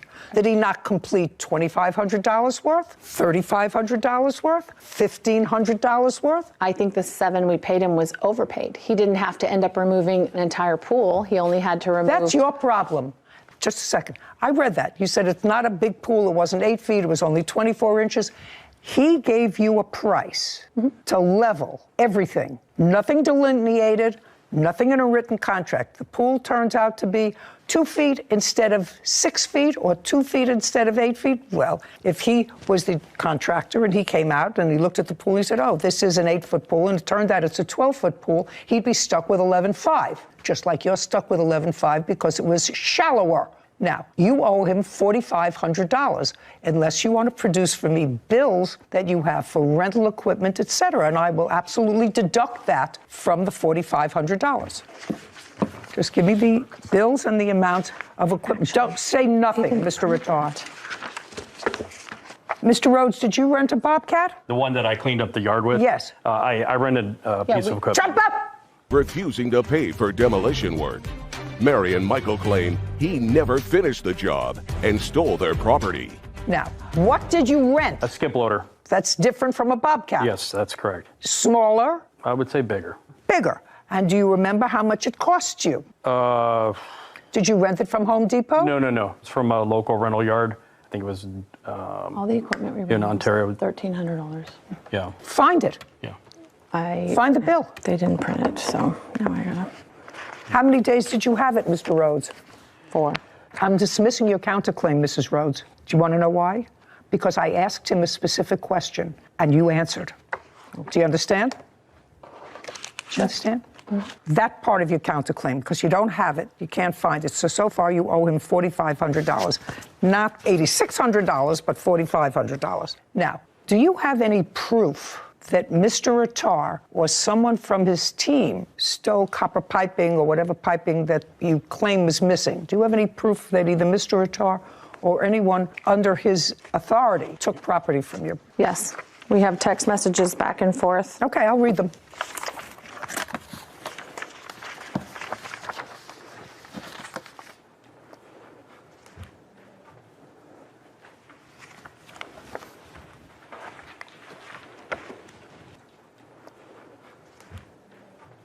Okay, so what you're referring to with regard to the stolen property is you send a picture and there's a little piece of pipe there, one piece of pipe, and you say, Mike, did you or you guys happen to grind off 2 metal poles and concrete blocks? The kids use those for volleyball nets. And he says, oh my God, no, sir, but I'm guessing the person whom I gave my metal to, no problem, Michael, please give, and I don't see the rest of this message. Yes, so that was the beginning of things we noticed that were missing. Oh, I don't care. And then, this is what you're talking about? Yes, he's saying he let a metal person onto our yard, and they went and took everything that was metal. Okay. Okay, now, Mr. Attar. Yes, Your Honor. I want you to tell me about the missing metal on this property. She was standing right there, and there was a metal guy that drives down the street. And you know how they pick up metal? No, I don't know that, sir. I'm a television personality. I don't know about people driving down the street to pick up metal. I've never had somebody drive down the street and say, I'm looking for metal. They don't even come down my street and ask if I want sharp knives. Okay. Do you understand? Very much, Your Honor. Do you understand? Very much, Your Honor. Okay. Who is this person? This person was picking up metal, and I asked for permission. I said, ma'am, can he come down the property? Just a second. Yes, ma'am. Was this person picking up metal for nothing? Yes, ma'am. Just a second. Yeah. You're a business guy. Mr. Attar, somebody drives down the street and says, you know, I see you're doing construction. Is there any metal around here that you want me to dispose of? Yes, ma'am. They do a lot. Yes. And then they look around. This is what you tell them. They look around and they take the metal for nothing. Yes, ma'am. This would be cheaper for me instead of load it on my trailer and take it to the recycling metal yard. So what metal did they take, sir? I assume everything that I gave them. What did you give them? Nobody went up there and cut no poles, ma'am. Well, they sent you a picture of a pole, sir, and in response to the picture of the pole, you said, oh my God, I'm guessing the person whom I gave my metal to. I'm guessing. No problem. And then you say later, tell me what it is, and I will either look high and low to get it back or replace it. That's what you say. Yes, I offered to replace it. That's what you say. I offered to replace it. Now, next question. I need an itemized list and what the value was of the metal taken. There's a list of everything. They're listed in there.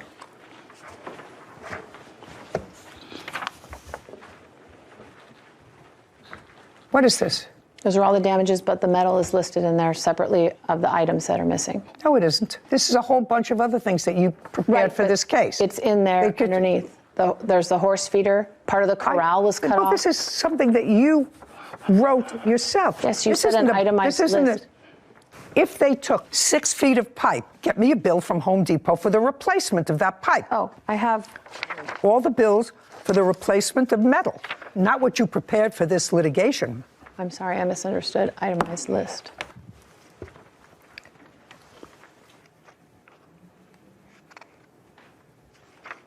Did you take down a horse corral? No, Your Honor, I did not take no horse corral. I have nothing Horse to corral, do. is that metal or is it? It's made out of galvanized metal, yeah. They cut pieces off of that were sticking up to take to recycle, I guess. Just a second. Was there a 4-sided horse corral? Yes. That looked like this? Yes. That they took down? They cut pieces that were sticking up above the horse corral, attached to the horse corral. You're being petty.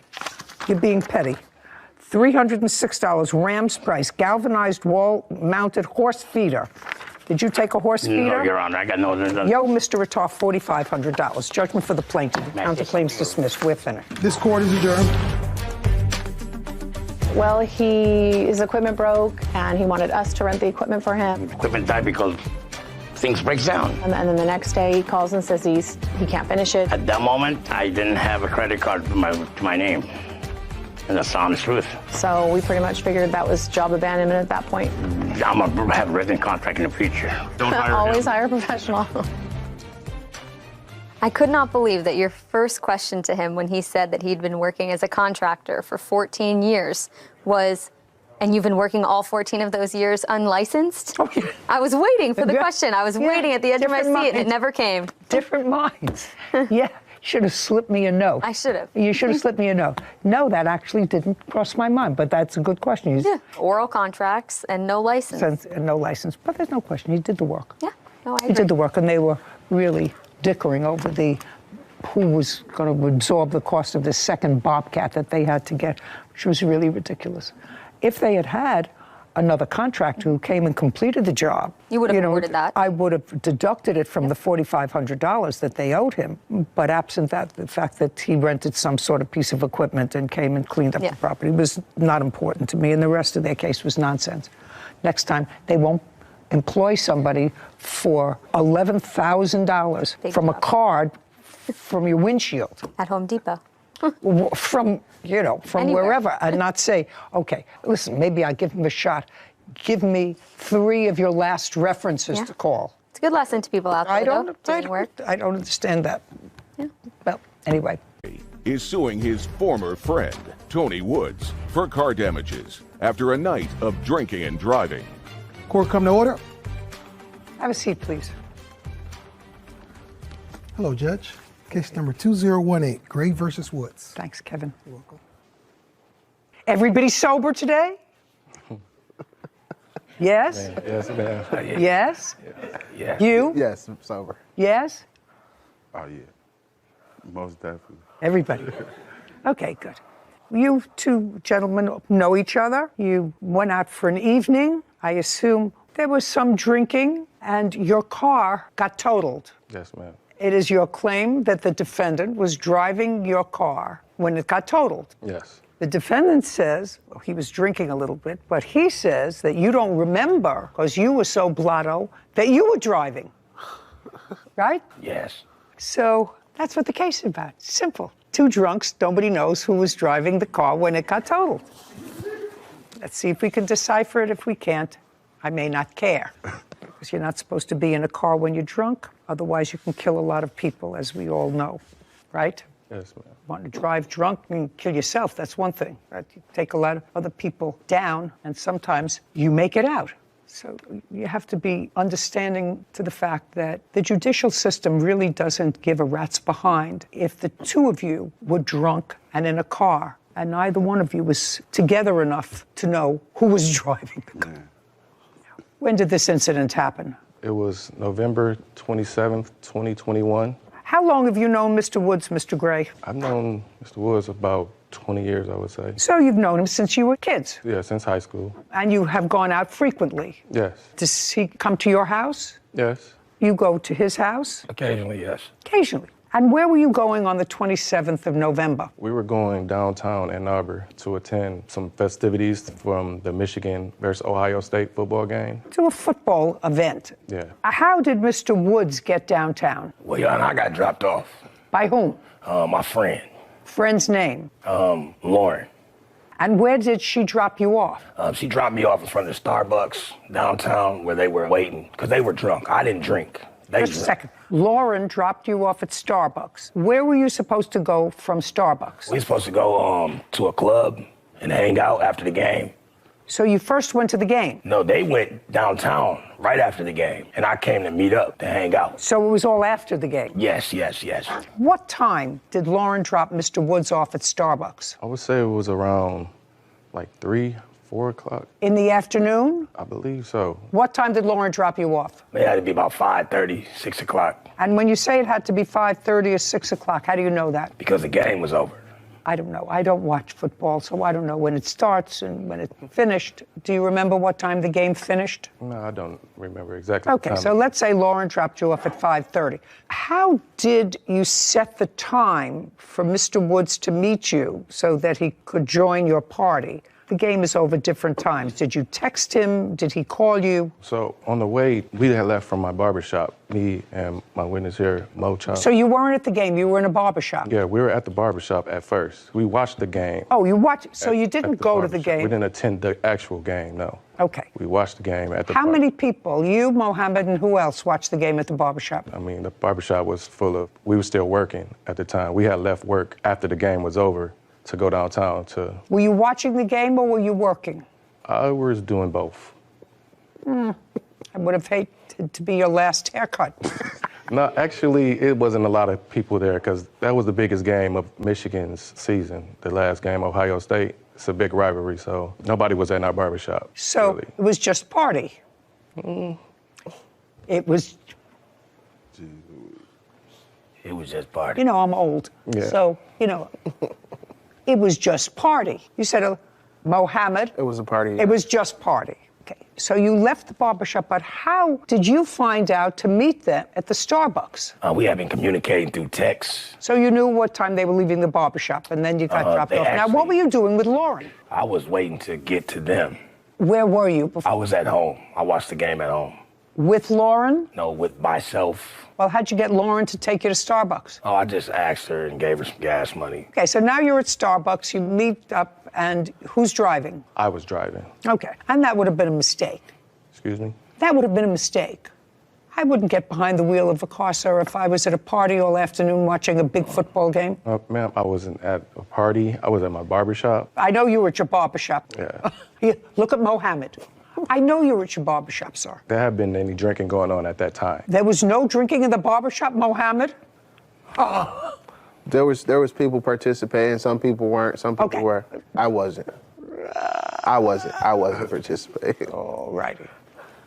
Okay. So now you go from this party in the barbershop all afternoon from this very big game, and you pick him up, and where were you going? At that point, we decided to go to a bar. Where was the bar? I'm not familiar with downtown Ann Arbor area, but like it was a bar that was suggested by... Stand up next to him. He's not familiar with a whole lot of things. You suggested a particular bar, Mohammed? Yeah, How far is that from the Starbucks where he was dropped off? about a couple blocks over. Okay, and you were in the car? I was in the car. Were you sitting in the front or the back when you picked up Mr. Woods? I was sitting in the passenger seat at this point. So Mr. Woods got in the back? Yes, he did. And you were going a couple of blocks to the bar? Yeah. Step by step, what happened next? So traffic is jam-packed down there, so we really just inching to the bar. We get to the bar, we go inside, we have a couple drinks. Okay, so now it maybe 6 o'clock, Yeah. 6:30? Yeah, dark outside. And you have a couple of drinks at the bar? Couple drinks, yeah. What were you drinking? I was drinking water. That's not a drink that they like to serve at a bar. I was a designated driver, so. After we left the bar. Okay, so you were the designated driver, Yeah. and Mr. Gray was drinking. Yes. What was he drinking? I don't remember what his drink is. You remember what you were drinking? Yes, ma'am. What? I had one beer. Okay. Even he can't keep a straight face. You know, it's hard. It just, don't speak.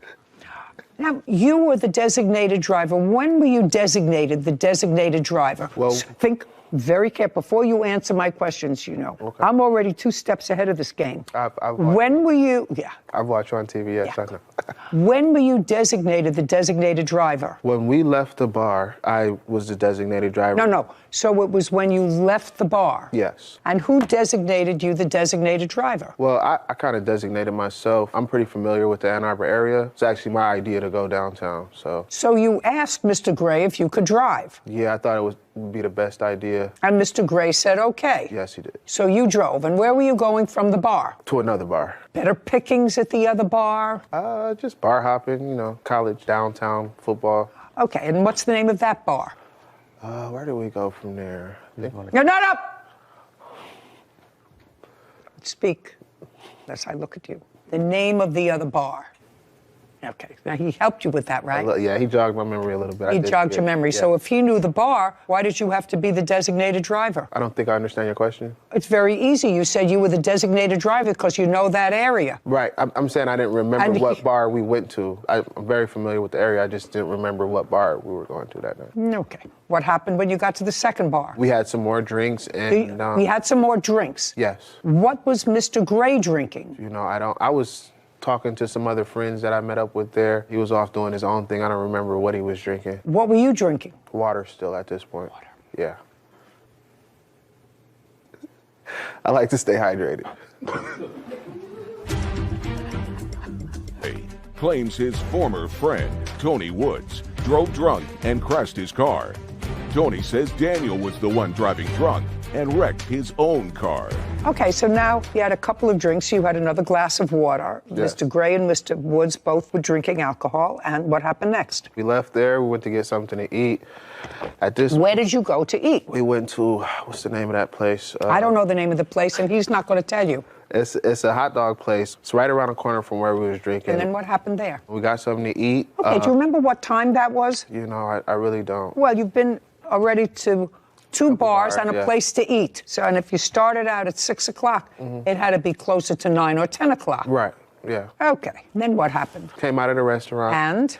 And you remember what you had at the restaurant? I had some waffle fries. And do you remember what Mr. Gray ate? He had a hot dog. And do you remember what Mr. Woods ate? He also had a hot dog. Good. So you came out of the restaurant. Do you remember who paid the bill? I think we all paid separately. Okay, so now you come out of the restaurant. Yeah, we come out the restaurant, we had eaten already. And this when Mr. Woods over here started horseplaying a little bit, charged at me from across the street. I tried to get him Well, just a second.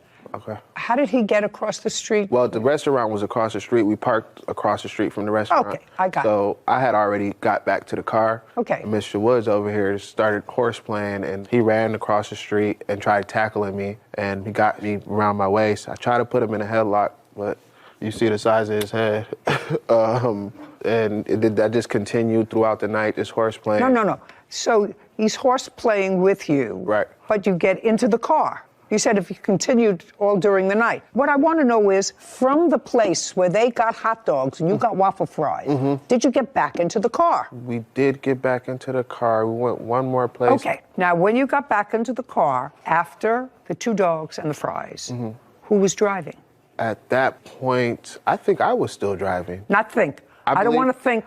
I believe I was driving. I dropped myself off to my next destination because I separated from them two. You went to one other place? Yeah. With them? With the 3 of them, yes. And when you got to the other place, you went in or you did not go in? I went inside, yeah. Okay. Did you stay there? I did stay there. And what about the 2 of them? They went wherever they went. Back to the barbershop, I believe. And you were the designated driver. Up into the So you were drinking the water. Yes. And they were both drinking alcohol. Yes. Yes. What do you mean, yeah?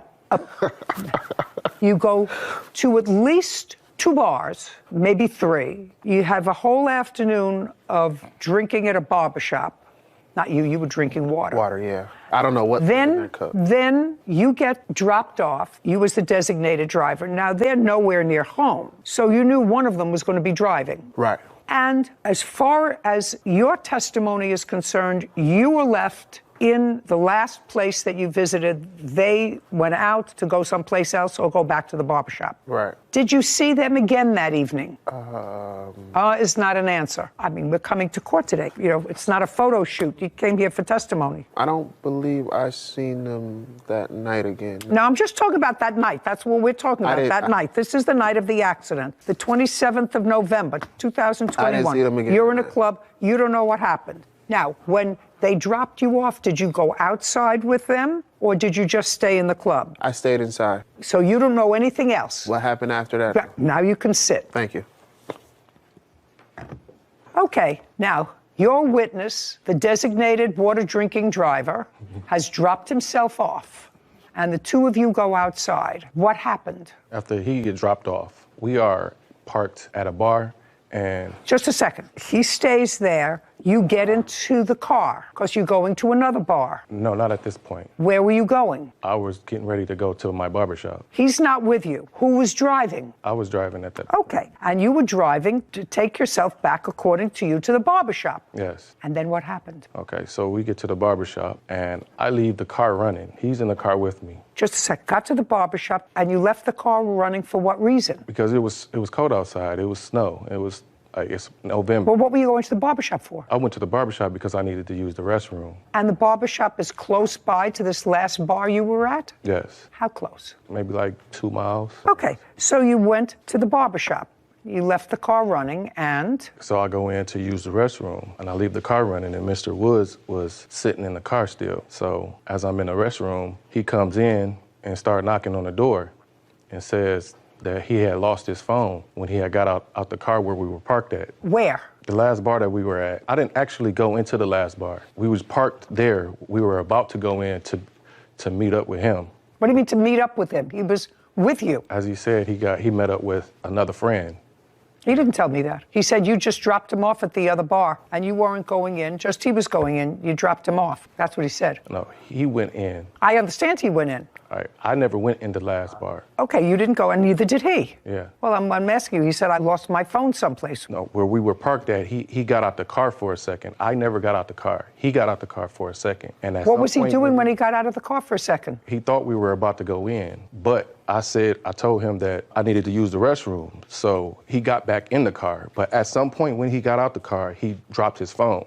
So I told him I needed to use the restroom, so I go to my shop to use the restroom. I park the car. Got it. I get out, I leave the car running. I go in, use the restroom. He comes in, knocks on the door, telling me that, hey, yo, I lost my phone. Can I drive the car? Let me go pick it up real quick. And I tell him no. Like, just wait, I'll be out in a second. So he leaves, I hear the door open and close. I'm thinking that he's just going to sit back in the car. So when I come out of the restroom, my car is gone. I call him, and he's not answering the phone. So I keep calling, and then the next, 10 minutes later, he answers the phone. So I knew he went to go get his phone. He found his phone? Yes, and I'm furious at this point because he just left me in my At the barber shop? Yeah, in my car. So I tell him, bring my car back right now. He said, I'm on my way, I'll be there in a minute. About 15 minutes later, he called me and say, yo, man, you gonna kill me, man. I just crashed your car. I'm sorry, bro. Mm-hmm. And I had to walk all the way to the accident scene, to the car where he crashed my car at. Now, you have an accident report? No, I don't have an accident report. Why? Because we never called the police. That's because probably a good idea. He wasn't involved with another car. He just hit a pole. I understand that. That's still an accident report. The only reason you don't call the police is because both of you were drinking. Well, I wasn't driving the car at that time. Well, you were driving the car to the barbershop, right? Yes. From the last bar where you dropped Mohammed off, you were driving. Yes, I was not drunk, though, Your Honor. If you're not drinking, it's sort of an interesting thing. Everybody's definition of drunk is different. Your friend Mohammed said that he was the designated driver, so he was just drinking water. That's what he said. That's what Mohammed Which suggests to me that we had a full day of drinking, starting at the barbershop, watching the game, from the game to 2 or 3 bars, then for a bite to eat. No, I wasn't drinking at the barbershop. I didn't start drinking until we got to the first bar. Okay, so now you started to drink at 6 o'clock. Now it's 10 o'clock, and you've been drinking from one place to another. I'm just saying you got behind the wheel of a car, and you had been drinking. Now, did you hit a pole?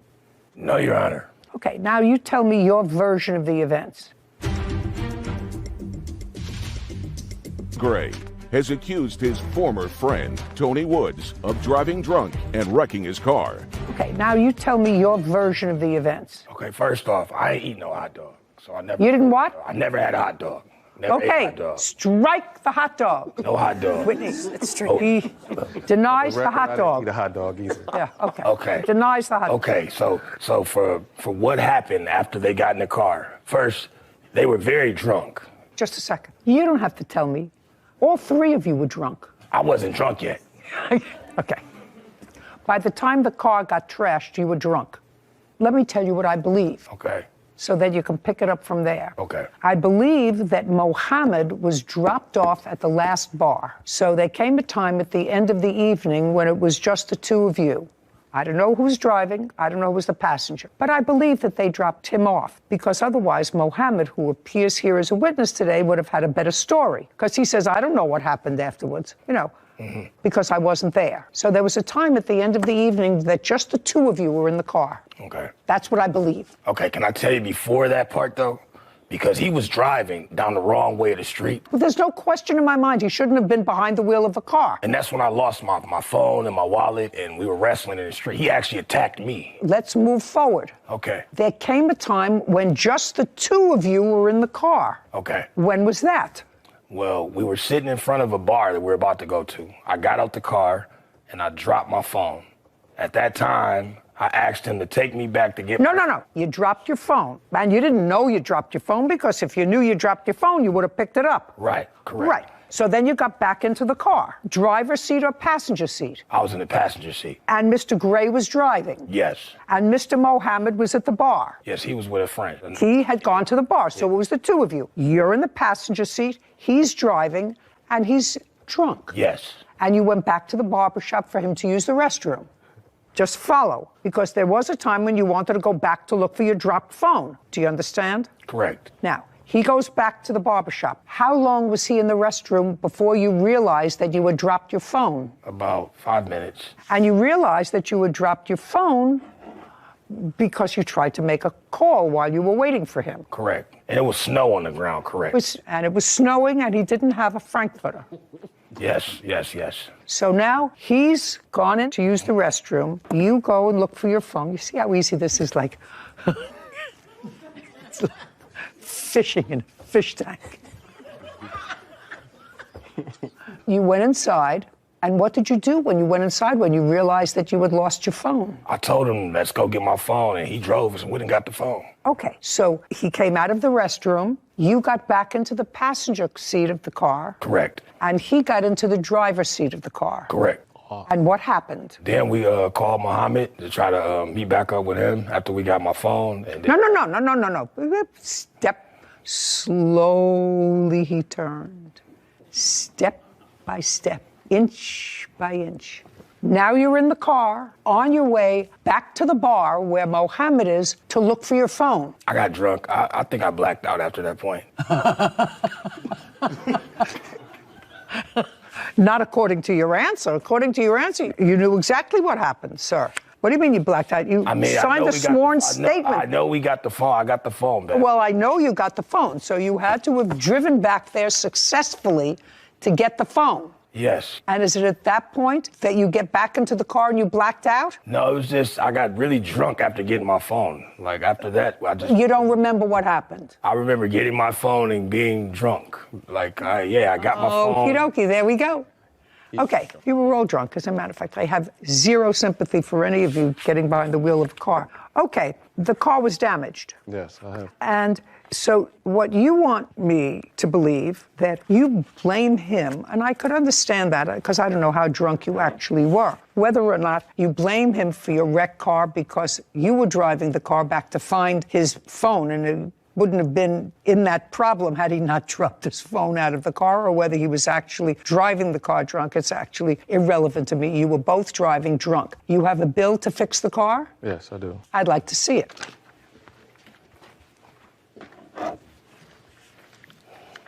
And I have pictures of the accident. Okay, so, yeah. So the bill was $5,500. And you had insurance? Yes. And the insurance paid for how much? I had no fault insurance. So you didn't have... I didn't have collision. Okay. You didn't have collision, so you had to pay $5,500, which you paid. Yeah. Divide that by 2. $2,750. That's what I thought. So, Mr. Gray, there are some lessons that you learn, and I don't know whether other courts would agree. I have to make a determination as to credibility, and quite frankly, I can't determine between 2 drunks who's telling me the truth.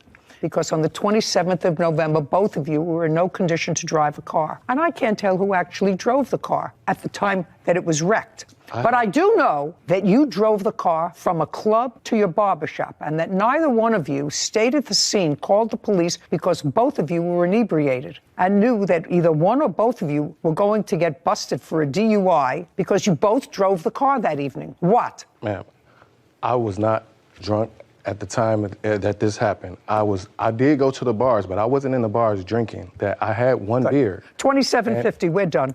This court is adjourned.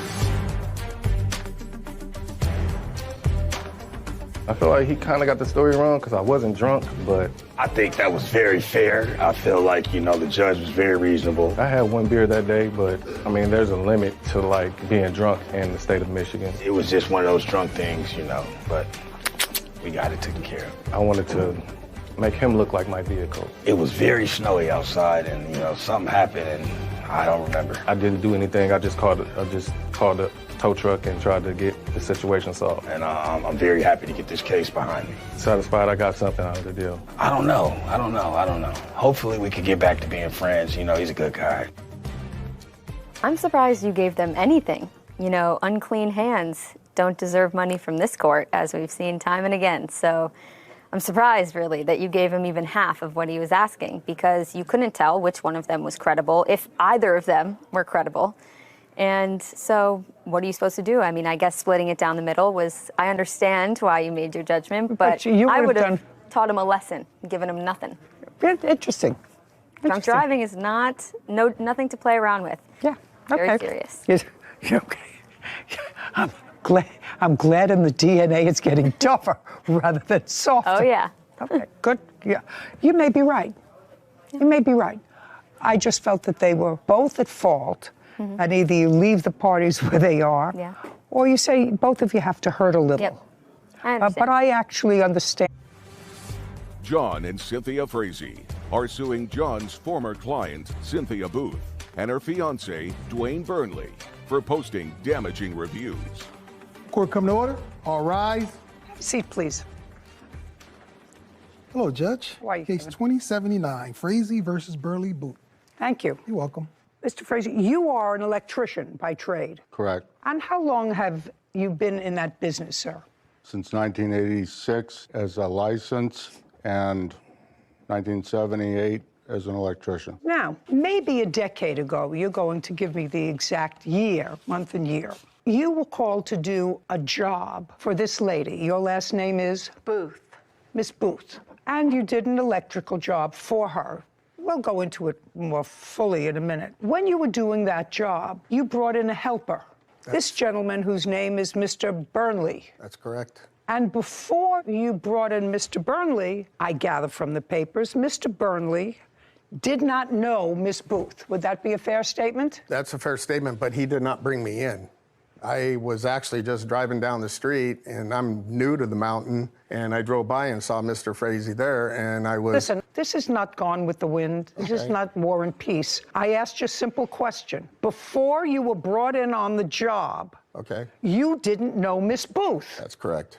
Right, and that was about 10 years ago. Correct. Since that time, since you were brought in on the job, you and Miss Booth have gotten to know each other a lot better. Correct. And I assume that by a lot better, that the two of you live together. Correct. And you've been living together for how long? Since November.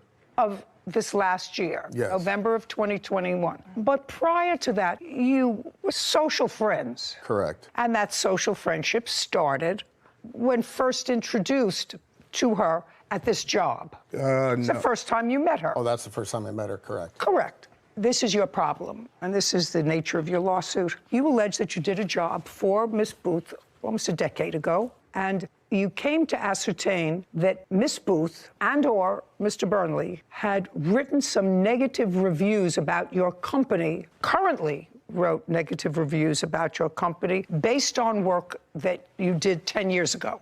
Yes. That's your complaint. And you asked them to take them down. First they did, then they didn't. You found other ones posted in different areas. Now, Mr. Burnley, are you a working man, sir? Yes. What kind of work do you do? I'm an electrical contractor in Big Okay. Now, at the time that you first met Mr. Frazee, did you have your own company? Yes.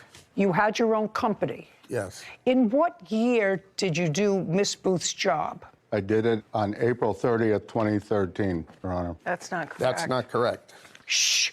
Month and year, you say you did the job. The job was done on May 9th of what? 2013. Okay, so we're off by a month. Is that right?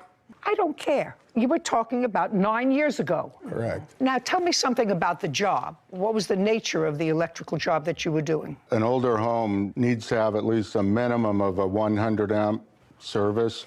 Ms. Booth's home had a 70 amp service at the time. She was purchasing it, and that came up on the inspection report to replace that, which I was engaged to do. So far, correct? No. Well, now I'll have your version. Did you have to upgrade the electric? I had to upgrade due to a homeowner's insurance. Okay, well, That's what they required. What's the difference in what he said? He said that you had to have your electricity upgraded, and it came up in the inspection report. It did not come in an inspection report. Well, then how did they find out? I was found out honest about with my policy. What do you mean you were honest with your Well, policy? they asked me what year the house was and what amperage it had, and I said 75. And your insurance company said to you, it has to be 110. 100. Or 100. Yes. Before you could move into the house, for one reason or another, you had to upgrade the electric. Correct. Okay, and you hired Mr. Frazee to do that. Yes, they were my friends. I don't care whether he was your friend or not. If he was your friend and he was a vet, you wouldn't have hired him to do your electrical work. Of course He was not. your friend and he was an electrical contractor. Right, correct. And when he came to your house to look at the job, did he come alone or with a helper? Alone. Once you change the ampage in a house, do you have to get somebody from either the county or the city where you live to sign off on it? That's either a yes or a no. Yes. And once Mr. Frazee did that, modified the ampage, did you have an inspection? Yes, Your Honor. Do you have that inspection? Yes. I'd like to take a look at it. And the job was not... I didn't ask you anything. That also includes Mr. Burnley's inspection. Just a second. I'm sorry. Don't volunteer. I'm old. I get confused. I try to keep these things very linear, so even I understand them. This is the inspection sign-off on the work that you did in 2013. Have you seen it? Yes, of course you have. No. Well, show it to them. You do remember that you had to have an inspection afterwards. Of course. Ms. Booth. Of course. Okay, it's just common sense. If you didn't have the work done and you said to your insurance company, I had the work done, the insurance company would say to you, show me proof that you had the work done, otherwise we're not giving you insurance. Correct. So you know you had an inspection after he completed the work. It wasn't after the work. The work was never... Shh. I didn't ask you anything. Okay. But I will answer for you. She wasn't... Your You Honor. can. Okay. You can. So the insurance company accepted your word that the work was done? Yes. Okay. Can I have that back, please? And I did tell them I had it signed off, but it was signed off when the job was half done. That's your problem. You want to sign off when something's half done? Fine. I wouldn't sign off when my hair was half dry. John's former client, Cynthia Booth, and her fiancé, Dwayne Burnley, slandered their business. Dwayne is countersuing for filing a wrongful lawsuit. Now, my next question to you is, after 2013, did you perform electrical work for Miss Booth in her house? That's either a yes or a no. Yes. Now I'm going to ask you, what was the nature? I don't know. What do you mean you don't know? I don't remember. You mean, just a second, you remember the work that you did when Mr. Frazee was there in 2013, when you were with him, but you don't remember the nature of the work that you did for your girlfriend in 2018? I'm pretty sure it was a panel upgrade. Just a second. I want you to think. What kind of work did you do for Miss Booth in 2018? It must have been the panel upgrade. that I did at her house. I changed the 100 amp out to a 200. Look at me. Because that would be. Look at me. I'm sorry. So you changed the 100 amp. Shh.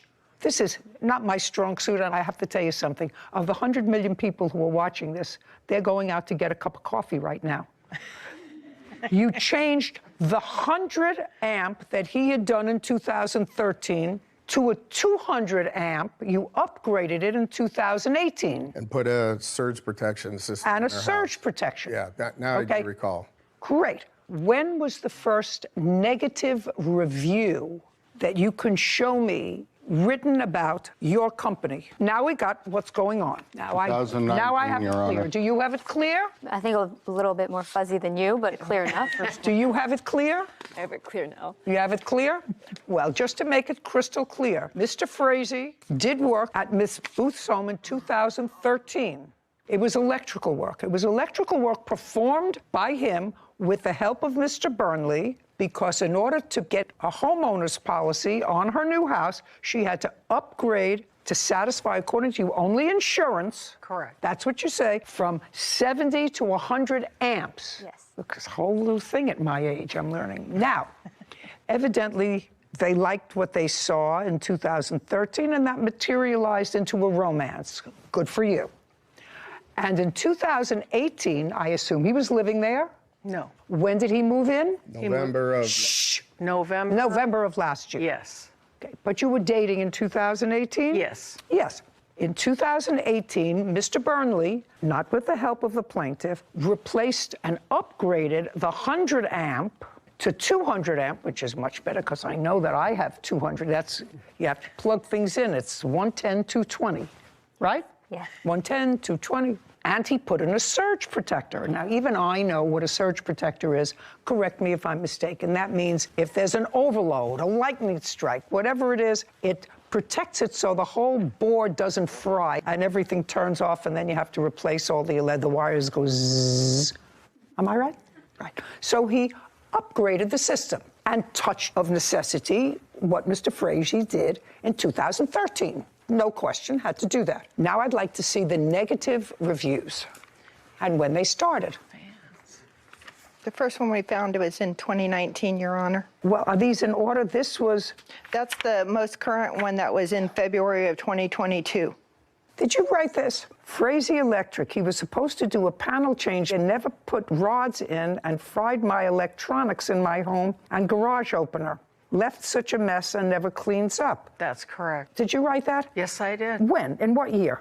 It's about 3 years ago. 3 years ago, 2018. Approximately. About when he changed the electrical Yes, system. Just a second. okay. About when he changed the electrical system. All right, then you wrote something. I will not even write this company 1 star due to the unprofessionalism in completion of work. Hired this electrician to do a 100-watt panel, never grounded, never finished, and left a mess. He's known for not cleaning up. Had to hire another electrical contractor that was most professional. Now, when did you write that review? About the same time. 2018. Yes, on a different review. That was a different one. And you said that you had to hire another electrical contractor. Yes, I to did. finish the job. And who was that? That was DMB Electric. That was him? Yes, I called Just a second. 2 competitors. Just a second. In what year did you call them? Oh, this was... No, in what year did you call him? 2013. After he left, you called them? I called 2 other contractors. Just a second. Did you end up using Mr. Burnley? Yes, I did. Okay. So back in 2013, you were dissatisfied with this company. Yes. Let me follow this. 2013, you were dissatisfied with the company. You called another company. 2 other. Just a second. You called another company, but the county had signed off on your job. Yes. What you say in your answer is that they signed off erroneously on the job. Well, yes. I have to take at face value they're signing off that the job was completed. And I assume you got your homeowner's insurance. Yes, I did. After he left and after you had the county sign off. Yes. Yes. Okay. But they... Now, just a second. Now, don't tell me a but. No. Now, 5 years later, because this was written in 2018. Correct. 5 years later, you're now dating Mr. Burnley. Correct. Who's now living with you. No. Who had... Well, you say you moved in 2021. Oh, 21. Yes. I thought you Yeah, who's now living Yeah. with you. You began dating in 2018. That's correct. And Mr. Burnley, who is now living with you, and in 2018, you woke up one morning and said, who now has his own electrical company, woke up and said, 5 years ago, Mr. Frazie's company and he did not do a professional job in my panel. And now we're dating. And now all these negative reviews come, not in 2013 when Sarah, you have Yelp and all those things in 2013? I'm not sure if I can get back that far, but I could search. And I wasn't aware of Yelp. I don't care what you were aware of. Okay. You mean you woke up in 2019 and found out that you could give a star or a review? That's the first time you found that out? I don't believe you. I don't believe you. Well, it's I just true. want to tell you something. I don't believe you. I don't believe that when you want to go to a restaurant, Miss Booth, and it's a new restaurant, you don't take a look on your computer and say, I wonder how many stars it got. I wonder if there are any reviews on this resort. Yes. Well, then you were smart enough to do this. My sons are in IT, so they I want to told- tell you something. I don't believe you. Okay. Because I'm older than you are. And I know about this, and she can tell you I'm an idiot on the machine. Well, I I'm don't buy it. And I don't buy actually. Yeah, it is. I can't see any of her reviews. No. But there are reviews on Yelp of his business that all are very positive. I have them if you'd like to see them. I will look And at them. I have negative reviews that says the exact same thing what Cindy posted. Just a second. You don't understand what I'm saying to you, Mr. Burnley. I'm saying to you that it was nasty and malicious, because if she was unhappy with the service, it would have been posted in 2013, 14, 15, 16, 17. And it wasn't until the two of you were hoochie-coochieing that all of a sudden we got negative reviews about a job they did 9 years before. That's ridiculous. It's mean-spirited. All those positive reviews that you posted, did any of them have to do with people that you're sleeping with? That's a question. No, No, of course not. Of course not. I'm not that kind of girl. I don't know what you do in your house, You're but right. this is my house now. You're not going to bring this drama in my courtroom. You put your entire lives on social media. And at the end of the day, Snapchat did you in.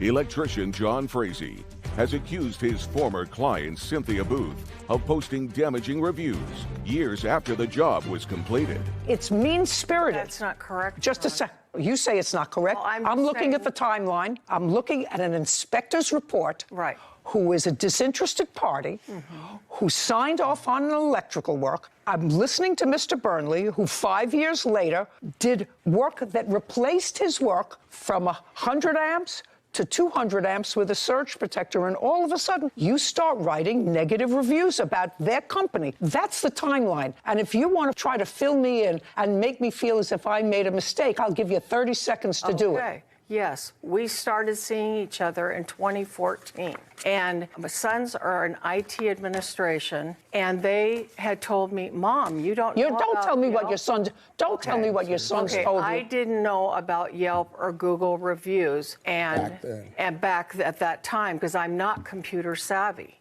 You want to know something? I don't believe you. I don't believe you. I'm almost 80 years old, a lot older than you are. And I know that if I want to look something up, which I do occasionally, I look something up and I say, did so-and-so eat at this fish restaurant? It's a new place, it's a new town. I'm going to go there and take a look at it. I know how to do that. And I'm an idiot, and I'm an idiot.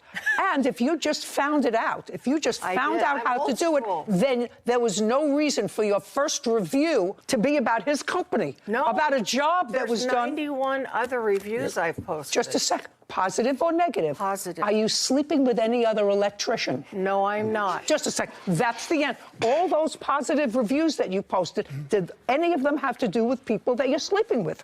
That's a question. No, No, of course not. Of course not. I'm not that kind of girl.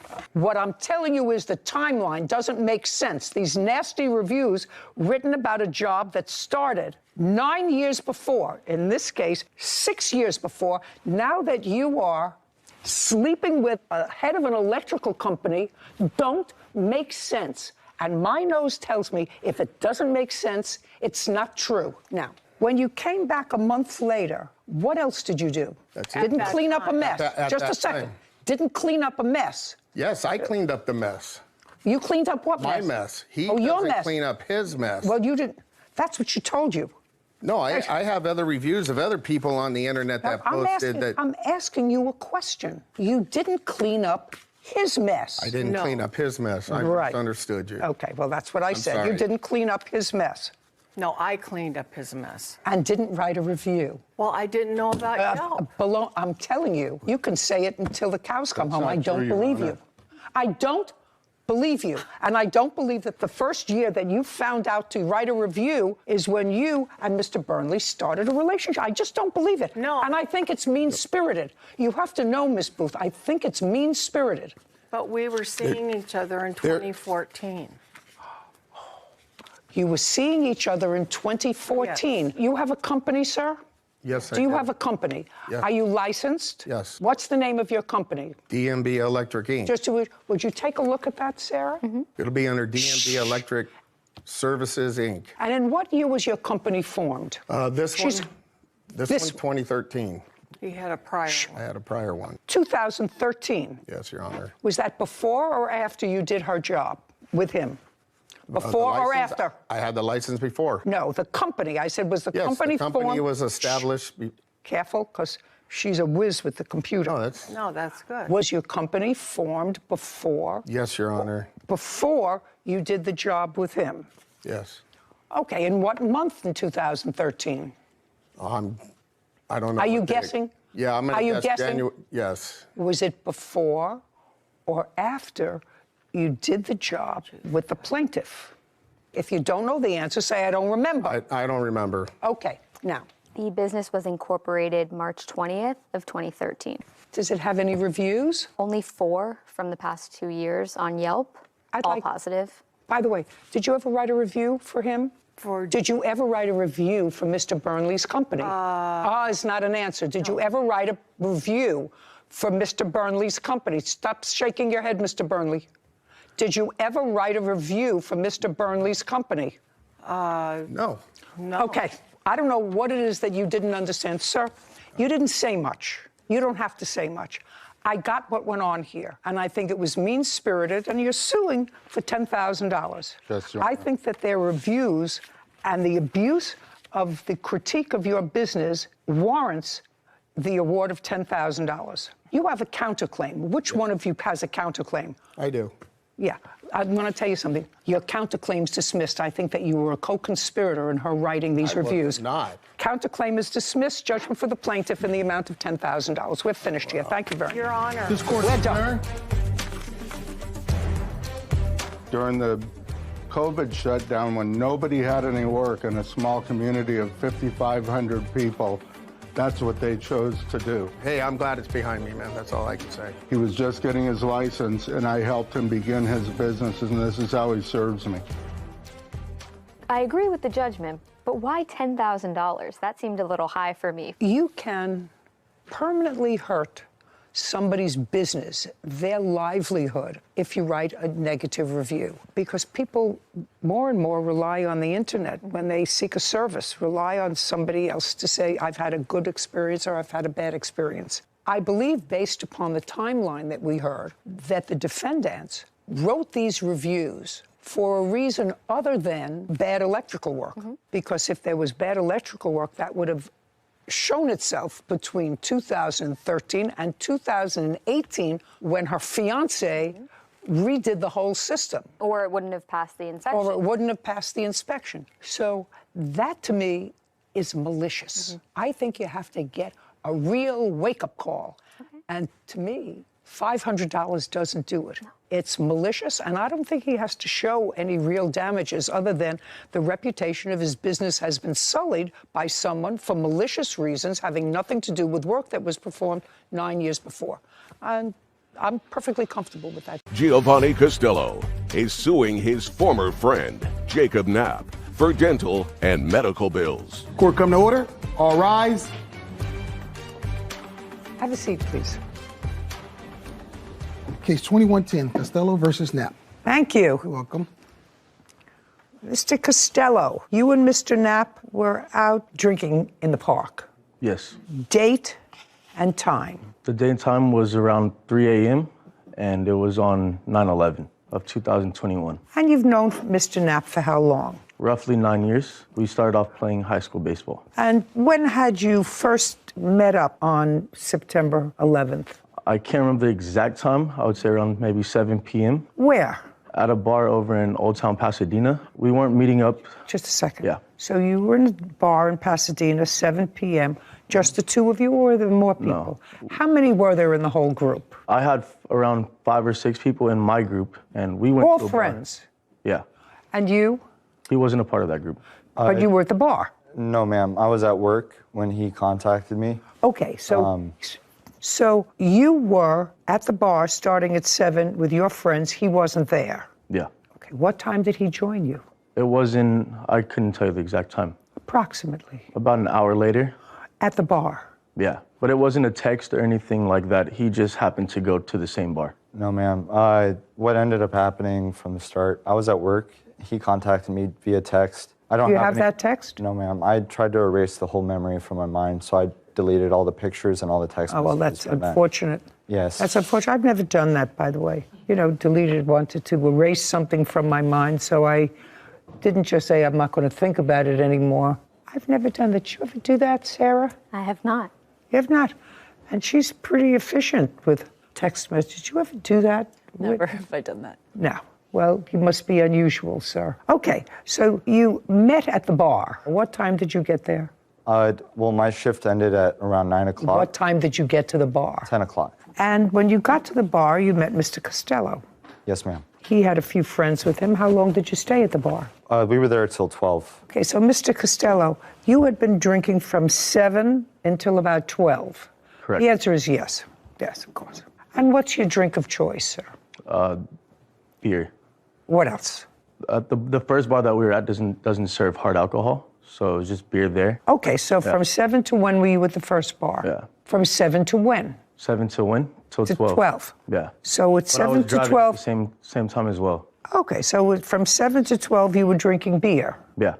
And then where did you go at 12 o'clock? After 12 o'clock, we ended up going to another bar in Arcadia. Okay, and you stayed there from when to when? From 12 to closing, which is 2 a.m. And you were part of that group? Yes, that's when I initially met the group. At the second bar or At the first? second bar, yes. Not at the first bar? No, ma'am. Okay, so you got to the second bar, you were there you said you were there at 10 o'clock. Yes. So they weren't there when you arrived? They were there when I arrived, yes. Well, he said that, I thought he said he got to the second bar at 12 o'clock. I arrived at the bar at around 10 o'clock, ma'am. And you got there at 12 o'clock. Yeah. Yeah. So by the time you all got together and left the bar, you had all been drinking, you for a very long time and you for a shorter time. Yes, ma'am. So from 10 to 2, so 4 hours. And what's your drink of choice? 10 to 12, Your Honor. I apologize. 10 to 12. Where did you go at 12 o'clock? 12 o'clock is when we had all decided to go to a park, kind of a low-key area. No, he said that he went to a bar between 7 and 12. Am I correct, Whitney? Did he say? 7 and 12. He said you were at the bar, first bar, between 7 and 12, drinking beer. That's what you said. Correct. You said the first bar only served beer. Is not an answer. Yes, Yes, is an it does. answer. You say at 12 o'clock, you went to a second bar where you had alcohol between 12 and 2. Yes. Yes? Correct. You got to a bar at 10 o'clock. Yes. Which one? The beer bar or the alcohol bar? I finished my shift, like I said, at 9, and I showed up at the bar at 10 to meet up with them, to try to rekindle an old friendship. Okay. Yeah. I actually don't care about that. All right, so partially you got your story straight, partially not. Anyway, you were two drunks.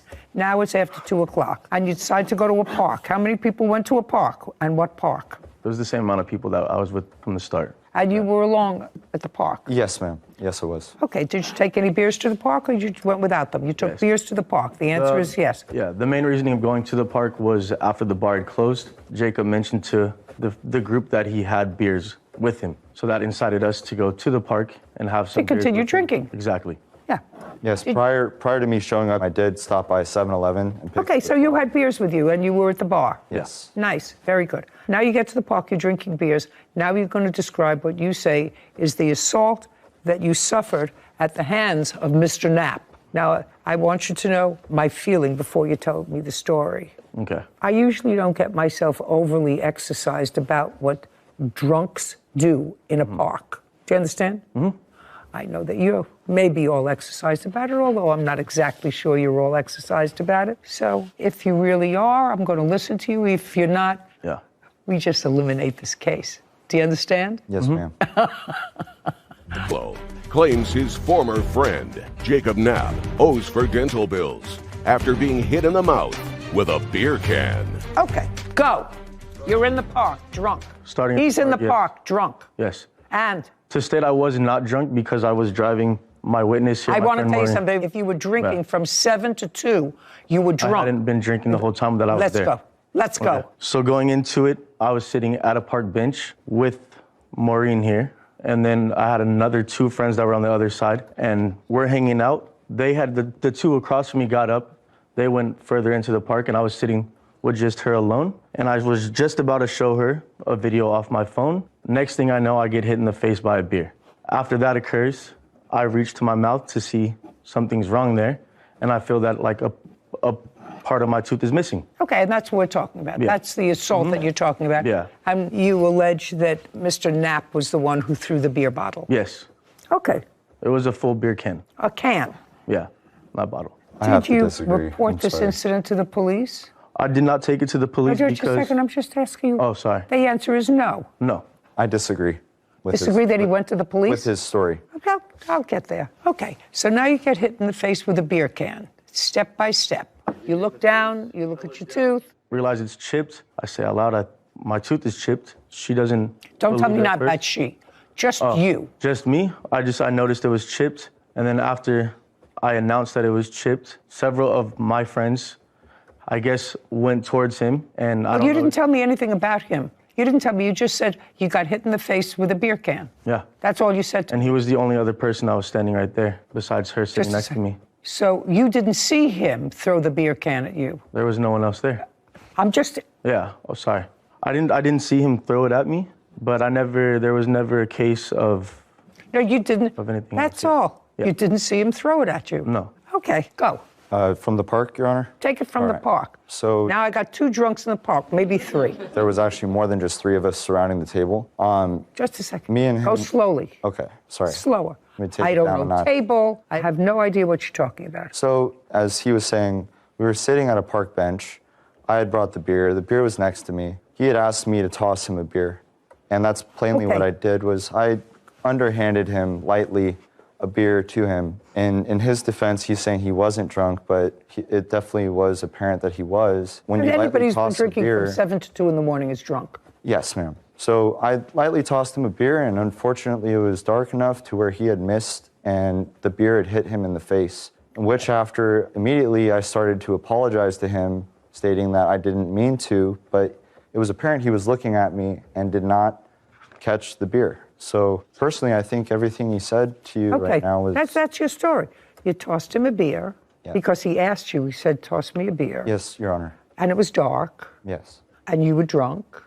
And he was drunk. I wasn't drunk, Your Honor. I had 4 beers within the time of 10 o'clock till when this incident happened. You know, I'm not real comfortable with that, sir. Okay. Because according to you, you had been drinking for 4 hours.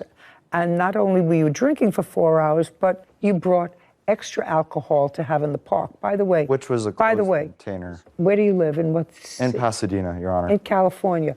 Are you allowed to drink alcohol in parks in California? I'm not certain. Well, let's find out.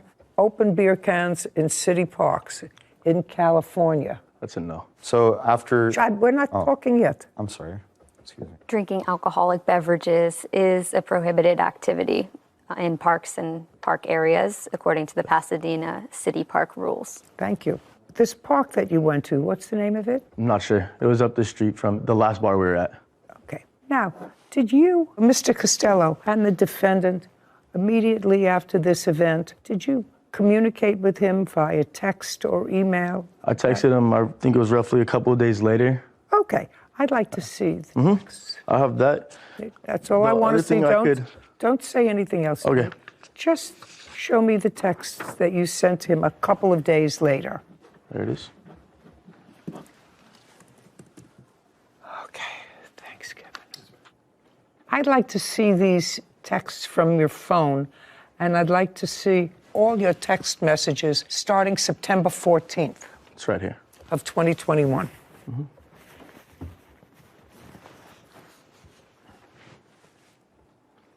No, sir, you have to understand. What you said to me here, what you gave me, is 2 texts a year apart. I want to see the texts to him There was nothing. after September 14th. You mean he didn't respond at all The to next- this? I don't believe that. My next thing that I did was I sent a letter through the mail, and I have that here, and I have proof of it where I had it so where he had to sign for it, and I have the receipt for it as well. What date? That one, I can pull it up right here. I'm sorry, what letter? I never received a letter. Just a second. So what you're telling me is that I'm supposed to believe that after you sent this email on September 14th, which is 3 days after the event, he never responded to you and you never sent a follow-up email or text. That was the letter. And in the letter I gave him... Shh, just a second. Okay. Oh, here. Take this back. It's nonsense. I don't want to see something prepared for litigation, sir. You said you had a document that you sent to him that he had to sign for. If you sent him a letter, return receipt requested, then you have a return receipt requested with a signature on it. That's a document that you prepared 2 days ago. I have the receipt in here. Let's get it. Okay. I never signed such document. Don't shout out again. Yes, ma'am. It's annoying, and I'm annoyed enough with this case. I'm sorry for being so unorganized. Me too. Yeah. I'm sorry you're so unorganized too, or disorganized. Oh, here it is. Great. Certified mail.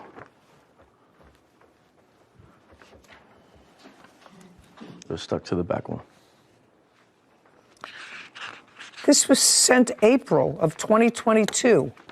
I want to see what the response was. There had to be a response. I never got a since response September from 14th, 2021. There had to be a response. I never got a response from him.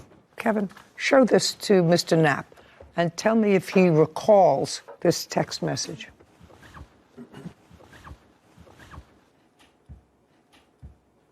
Your Honor, no, I do not remember getting this text. Why would you respond a year later? I know from the past, dealing with Mr. Knapp here, he tends to always, being friends, whenever get into an altercation or argument, he unfollows me, blocks me on everything. Okay. So there's a possibility by that text message not going through. I don't deal in possibilities, sir. I sent the text message, and I have proof of there. It was delivered, and I never got a response from him. I'm just asking. Yeah. Sir, this incident happened September 11th. You have to understand, I think that if that's what happened. I tend to believe that the defendant did not just willy-nilly take a can and fling it at your face. I want you to know that I don't believe that. Giovanni Castillo has accused his former friend, Jacob Knapp, of hitting him with a beer can. Jacob says Giovanni asked him to throw it. Okay, it is more likely than not that you were sitting with this lady who, according to you, you were supposed to drive home. That's what you said 5 minutes ago. So you were supposed to drive home, which means she was trashed, because that's what you said. You said, I wasn't sure. The arrangements from the very beginning of the night. Okay. Do you understand? So we had a whole bunch of trashed people. And I am more likely to believe the defendant when he says you said to him, toss me a beer, and it accidentally hit you in the face. My questioning is that the... I don't answer questions. Okay, well, where the beer was placed on the table, I don't understand why I would have to ask him to toss me a beer when I can simply reach over and grab one myself. I don't know either. But it sounds more likely to me than not that it was his beer, he brought it there, and you said to him, toss me a beer. And you failed to catch it. Now, that doesn't mean that the defendant isn't at least partially responsible for the stupidity of that night. But you have some responsibility, too, because I really don't believe that he left the bar. He was angry and frustrated over something that you had no idea what he was angry and frustrated over, because you were all sitting together. And he just, out of the blue, took a beer and threw it at your face. I don't believe that. Do you understand? If I could show you a picture here, you could see that if he just simply tossed me a beer, I don't understand how a beer can could chip my tooth the way that it Just did. a second. It can. It can. Okay. I can eat a biscotti and it can chip my tooth. Biscotti, that's a cookie, a very hard cookie.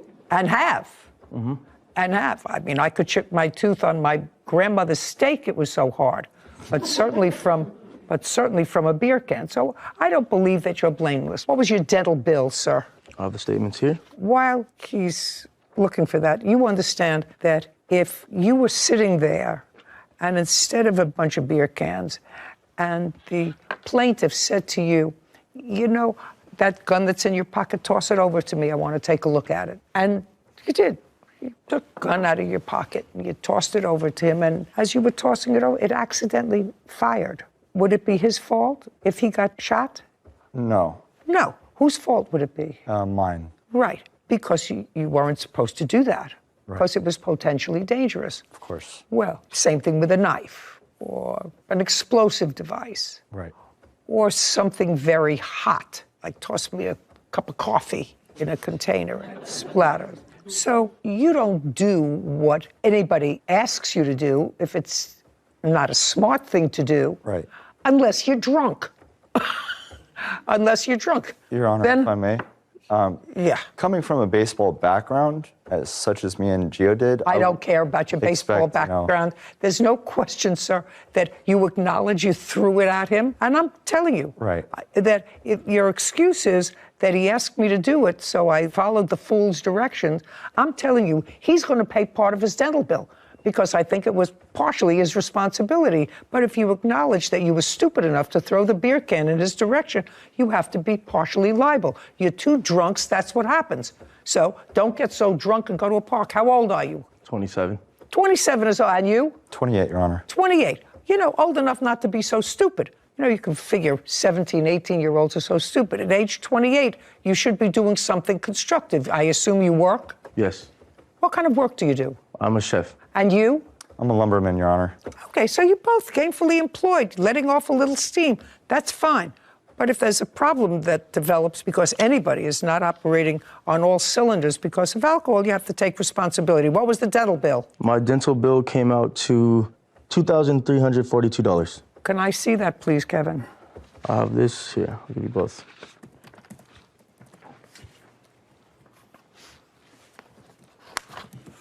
Was any of this dental bill covered by insurance? On the dental, no. Okay. Anything else? My wholeheartedly truth is I didn't ask him for a beer. I had no problems. I was avoiding him the whole night for the most part because from the past, Jacob has had a way worse drinking problem than I've ever gotten to. I went out that night solely to have a couple drinks, hang out with friends. The night went longer than expected. Very nice. Judgment for the plaintiff in the amount of $1,171, which is half of your dental bill. You pay half. Don't get drunk. You're too old to get drunk. I don't believe that he maliciously threw this at you. I think that you asked for a beer, tossed it at you, and you missed. That was his stupidity and yours. We're done here. Thank you very much. Thank you, Your Honor. This court is adjourned. All I did was I underhand lightly tossed it over to him, and that's really what happened. I did nothing wrong to deserve to get a beer thrown at my face like a baseball. Unfortunately, he chipped his tooth, and so it was unfortunate. I said, hey, Jacob, look, you chipped my tooth. Look what you just did. No more drinking in the parks, guys. Not to do it again. I think this situation is the exact reason cities like Pasadena have rules about drinking alcohol in parks, because like you always say, it's not an on purpose, it's an accident. But a lot of times there are certain things that can increase the probability of an accident happening. True. And I think drinking at 2 a.m. in a park probably is one of those things. That's true. So so many times rules and regulations don't seem to have any substance of reason behind it. But this certainly is an example of why. Hello friends, welcome back to my channel. কেমন আছো তোমরা সবাই? আশা করছি সবাই খুব ভালো আছো, আর আমিও খুব ভালো আছি। তো তোমরা আমাকে অনেক কমেন্ট করেছো যে আপু মুখের রোদ দূর করার জন্য আমাদের একটা ফেস ওয়াশ সাজেস্ট করো। তো দেখো বন্ধুরা, মুখটাকে কিন্তু পরিষ্কার রাখা খুবই জরুরি পিম্পলগুলো দূর করার জন্য। যদি তুমি মুখটাকে পরিষ্কারই না রাখো তাহলে তুমি পিম্পলের জন্য যে জিনিসগুলো ইউজ করবে সেগুলো কিন্তু খুব ভালো মতো কাজ করবে না। এখন কথা হচ্ছে তুমি কিন্তু যে সে ফেস ওয়াশ মুখের মধ্যে ইউজ করতে পারবে না, কেন সব ফেস ওয়াশ কিন্তু সব স্কিনের জন্য না, এবং কি সব ফেস ওয়াশ সব সময়ের জন্য না। মানে তোমার স্কিন যখন পিম্পলস হবে তখন কিন্তু তোমাকে পিম্পল উপযোগী, মানে হচ্ছে তোমার তখনকার ফেস অনুযায়ী তোমাকে ফেস ওয়াশ ইউজ করতে হবে। আর সেরকম একটা ফেস ওয়াশের কথা আজকে আমি তোমাদের সঙ্গে শেয়ার করব, যেটা কি না আমি নিজে ইউজ করেছি। হ্যাঁ বন্ধুরা, তোমরা জানো যে আমার ফেসে কতটা জঘন্য তোমার পিম্পলস হয়েছে। তো সেই পিম্পলসগুলো থাকা অবস্থায় কিন্তু আমি একটা ফেস ওয়াশ ইউজ করেছি, আর এখন বর্তমানে আমি অন্য ফেস ওয়াশ ইউজ করছি। আমি তোমাদের সঙ্গে গতকাল আমার নাইট স্কিন কেয়ারটি শেয়ার করেছি, সেখানে তোমরা দেখতে পেয়েছো যে আমি এখন কোন ফেস ওয়াশটা ইউজ করি। কিন্তু আমার মুখে যখন পিম্পল ছিল তখন কিন্তু আমি অন্য একটা ফেস ওয়াশ ইউজ করেছি। তো ভাবলাম যে তোমরা যেহেতু অনেক রিকোয়েস্ট করছো, তোমাদের সঙ্গে আমি ওই ফেস ওয়াশটা সম্পর্কে একটু আলোচনা করি। এতে করে হচ্ছে কি তোমরা যারা পিম্পলের সমস্যা আছো একটু হলো মুক্তি পেতে পারবে, একটুখানি কি অনেকটাই মুক্তি পেতে পারবে। কারণ পিম্পল দূর করার ক্ষেত্রে এই ফেস ওয়াশটা প্রায় 80% কাজ করেছে, আর বাকি 20% কাজ করেছে আমার হেলথে কিছু পরিবর্তন আনার কারণে। তো তোমরা হেলথে কী কী পরিবর্তন আনবে পিম্পল দূর করার জন্য সেটাও বলে দেবো, আর সেই সঙ্গে এই ফেস ওয়াশটা সম্পর্ক আলোচনা করব তোমাদের সঙ্গে। তো চলো তাহলে দেখে নাও কি সে ফেস ওয়াশ। তো সেই ফেস ওয়াশটা হচ্ছে এটা, অলরেডি কিন্তু খালি দেখতেই পাচ্ছ, কোনো কিছু নেই, কারণ 2 মাস আগে অলরেডি শেষ হয়ে গেছে। তো যাই হোক, এই ফেস ওয়াশটার নাম হচ্ছে কি সিরাপি অ্যাকনে কন্ট্রোল ক্লিনজার, আর এটা হচ্ছে 2% স্যালিসাইলিক অ্যাসিড অ্যাকনে ট্রিটমেন্ট। আর তোমরা যদি এই ফেস ওয়াশ সম্পর্কে আরও বেশি বিস্তারিত জানতে চাও তাহলে তোমরা হচ্ছে গুগলে সার্চ করে দেখে নিও।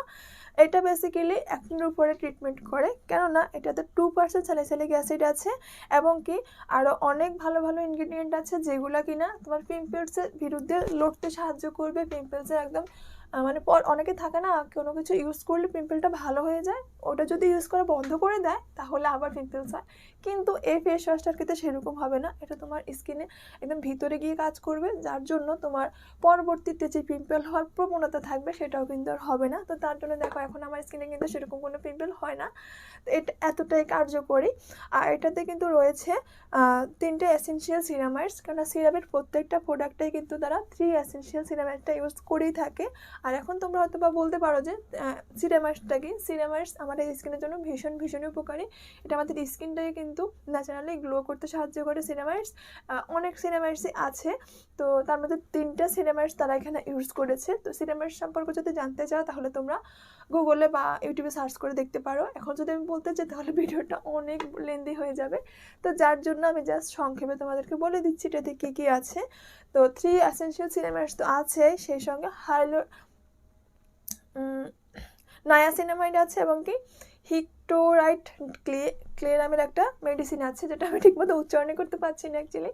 তো যাই হোক, ওটা যে হেক্টোরাইট যে ক্লেটা সেটা হচ্ছে পিম্পলের বিরুদ্ধে লড়তে সাহায্য করে। তো যাই হোক, এটাই হচ্ছে আর কি মূল ইনগ্রিডিয়েন্টগুলো। এছাড়া আরও অনেক ইনগ্রিডিয়েন্ট আছে যে পিছনেও লেখা আছে, এবং কি তার ইউজ সম্পর্কে বিস্তারিত লেখা আছে। তোমরা চাইলে এটা গুগল করে সমস্ত বিস্তারিত জেনে এটা রিভিউ দেখে দাম দেখে তারপরে কিনতে পারবে, কোনো সমস্যা নেই। এমন না যে আমি তোমাদেরকে বলছি যে তোমরা কিনে ফেলবে, ওইরকম কোনো ব্যাপার না। তোমরা তোমাদের এখন যেহেতু ইন্টারনেটের যুগ, তোমরা সব কিছু সার্চ করতে পারতেছো, সব কিছু দেখে শুনে বুঝে শুনে কিনতে পারতেছো, সেটা যাচাই করতে পারতেছো, সেটা সম্পর্কে অনেক কিছু জানতে পারতেছো। গুগল আছে, ইউটিউব আছে, এবং কি মানুষ অনেক কিছু জানে এখন আগের মতো না যে কোনো কিছু জানতে হলে কাউকে যে জিজ্ঞেস করতে হবে, কাউকে কল দিতে হবে, মেসেজ করতে হবে। এখন তোমরা হাতে থাকা স্মার্টফোনটা দিয়ে তুমি কিন্তু অনায়াসে সমস্ত কিছু জেনে নিতে পারতেছো। তো তার জন্য শুধু আমার প্রোডাক্টের বেলায় না, যে কোনো প্রোডাক্ট কেনার আগে এটা অবশ্যই রিসার্চ করবে, যে প্রোডাক্টটা রিভিউ দেখবে ভালো কি খারাপ বা কিসের উপর কাজ করে। সেকেন্ড হচ্ছে প্রোডাক্টটা কোন ব্র্যান্ডের, বা হচ্ছে সেটার দাম কত, বাংলাদেশে কোথায় পাওয়া যায়। আর কেনার সময় যে পেজ থেকে কিনবে সেটা অবশ্যই অথেন্টিক পেজ কিনা, বা তারা অথেন্টিক প্রোডাক্টগুলো মানে এগুলো যেহেতু বাইরের প্রোডাক্ট, সো এগুলোকে দেশে এনে বিক্রি করতে হয়, সো তারা মানে কোন সোর্স থেকে এনেছে বা হচ্ছে সমস্ত ডিটেলস জেনে যাতে করে প্রতারণার শিকার না হও, ওটার জন্য তোমরা সমস্ত কিছু জেনে তারপরে যে কোনো প্রোডাক্ট পারচেস করবে। তো এটা সম্পর্কে যদি আরও কিছু জানতে চাও আমাকে কমেন্ট করো, আমি কমেন্টে তোমাদের সমস্ত কিছুর অ্যান্সার দিয়ে দিবে, আর গুগল তো আছেই। সো এটা হচ্ছে কথা। তো আজকে এই পর্যন্ত, দেখাবে নেক্সট ভিডিওতে। So tata, bye bye.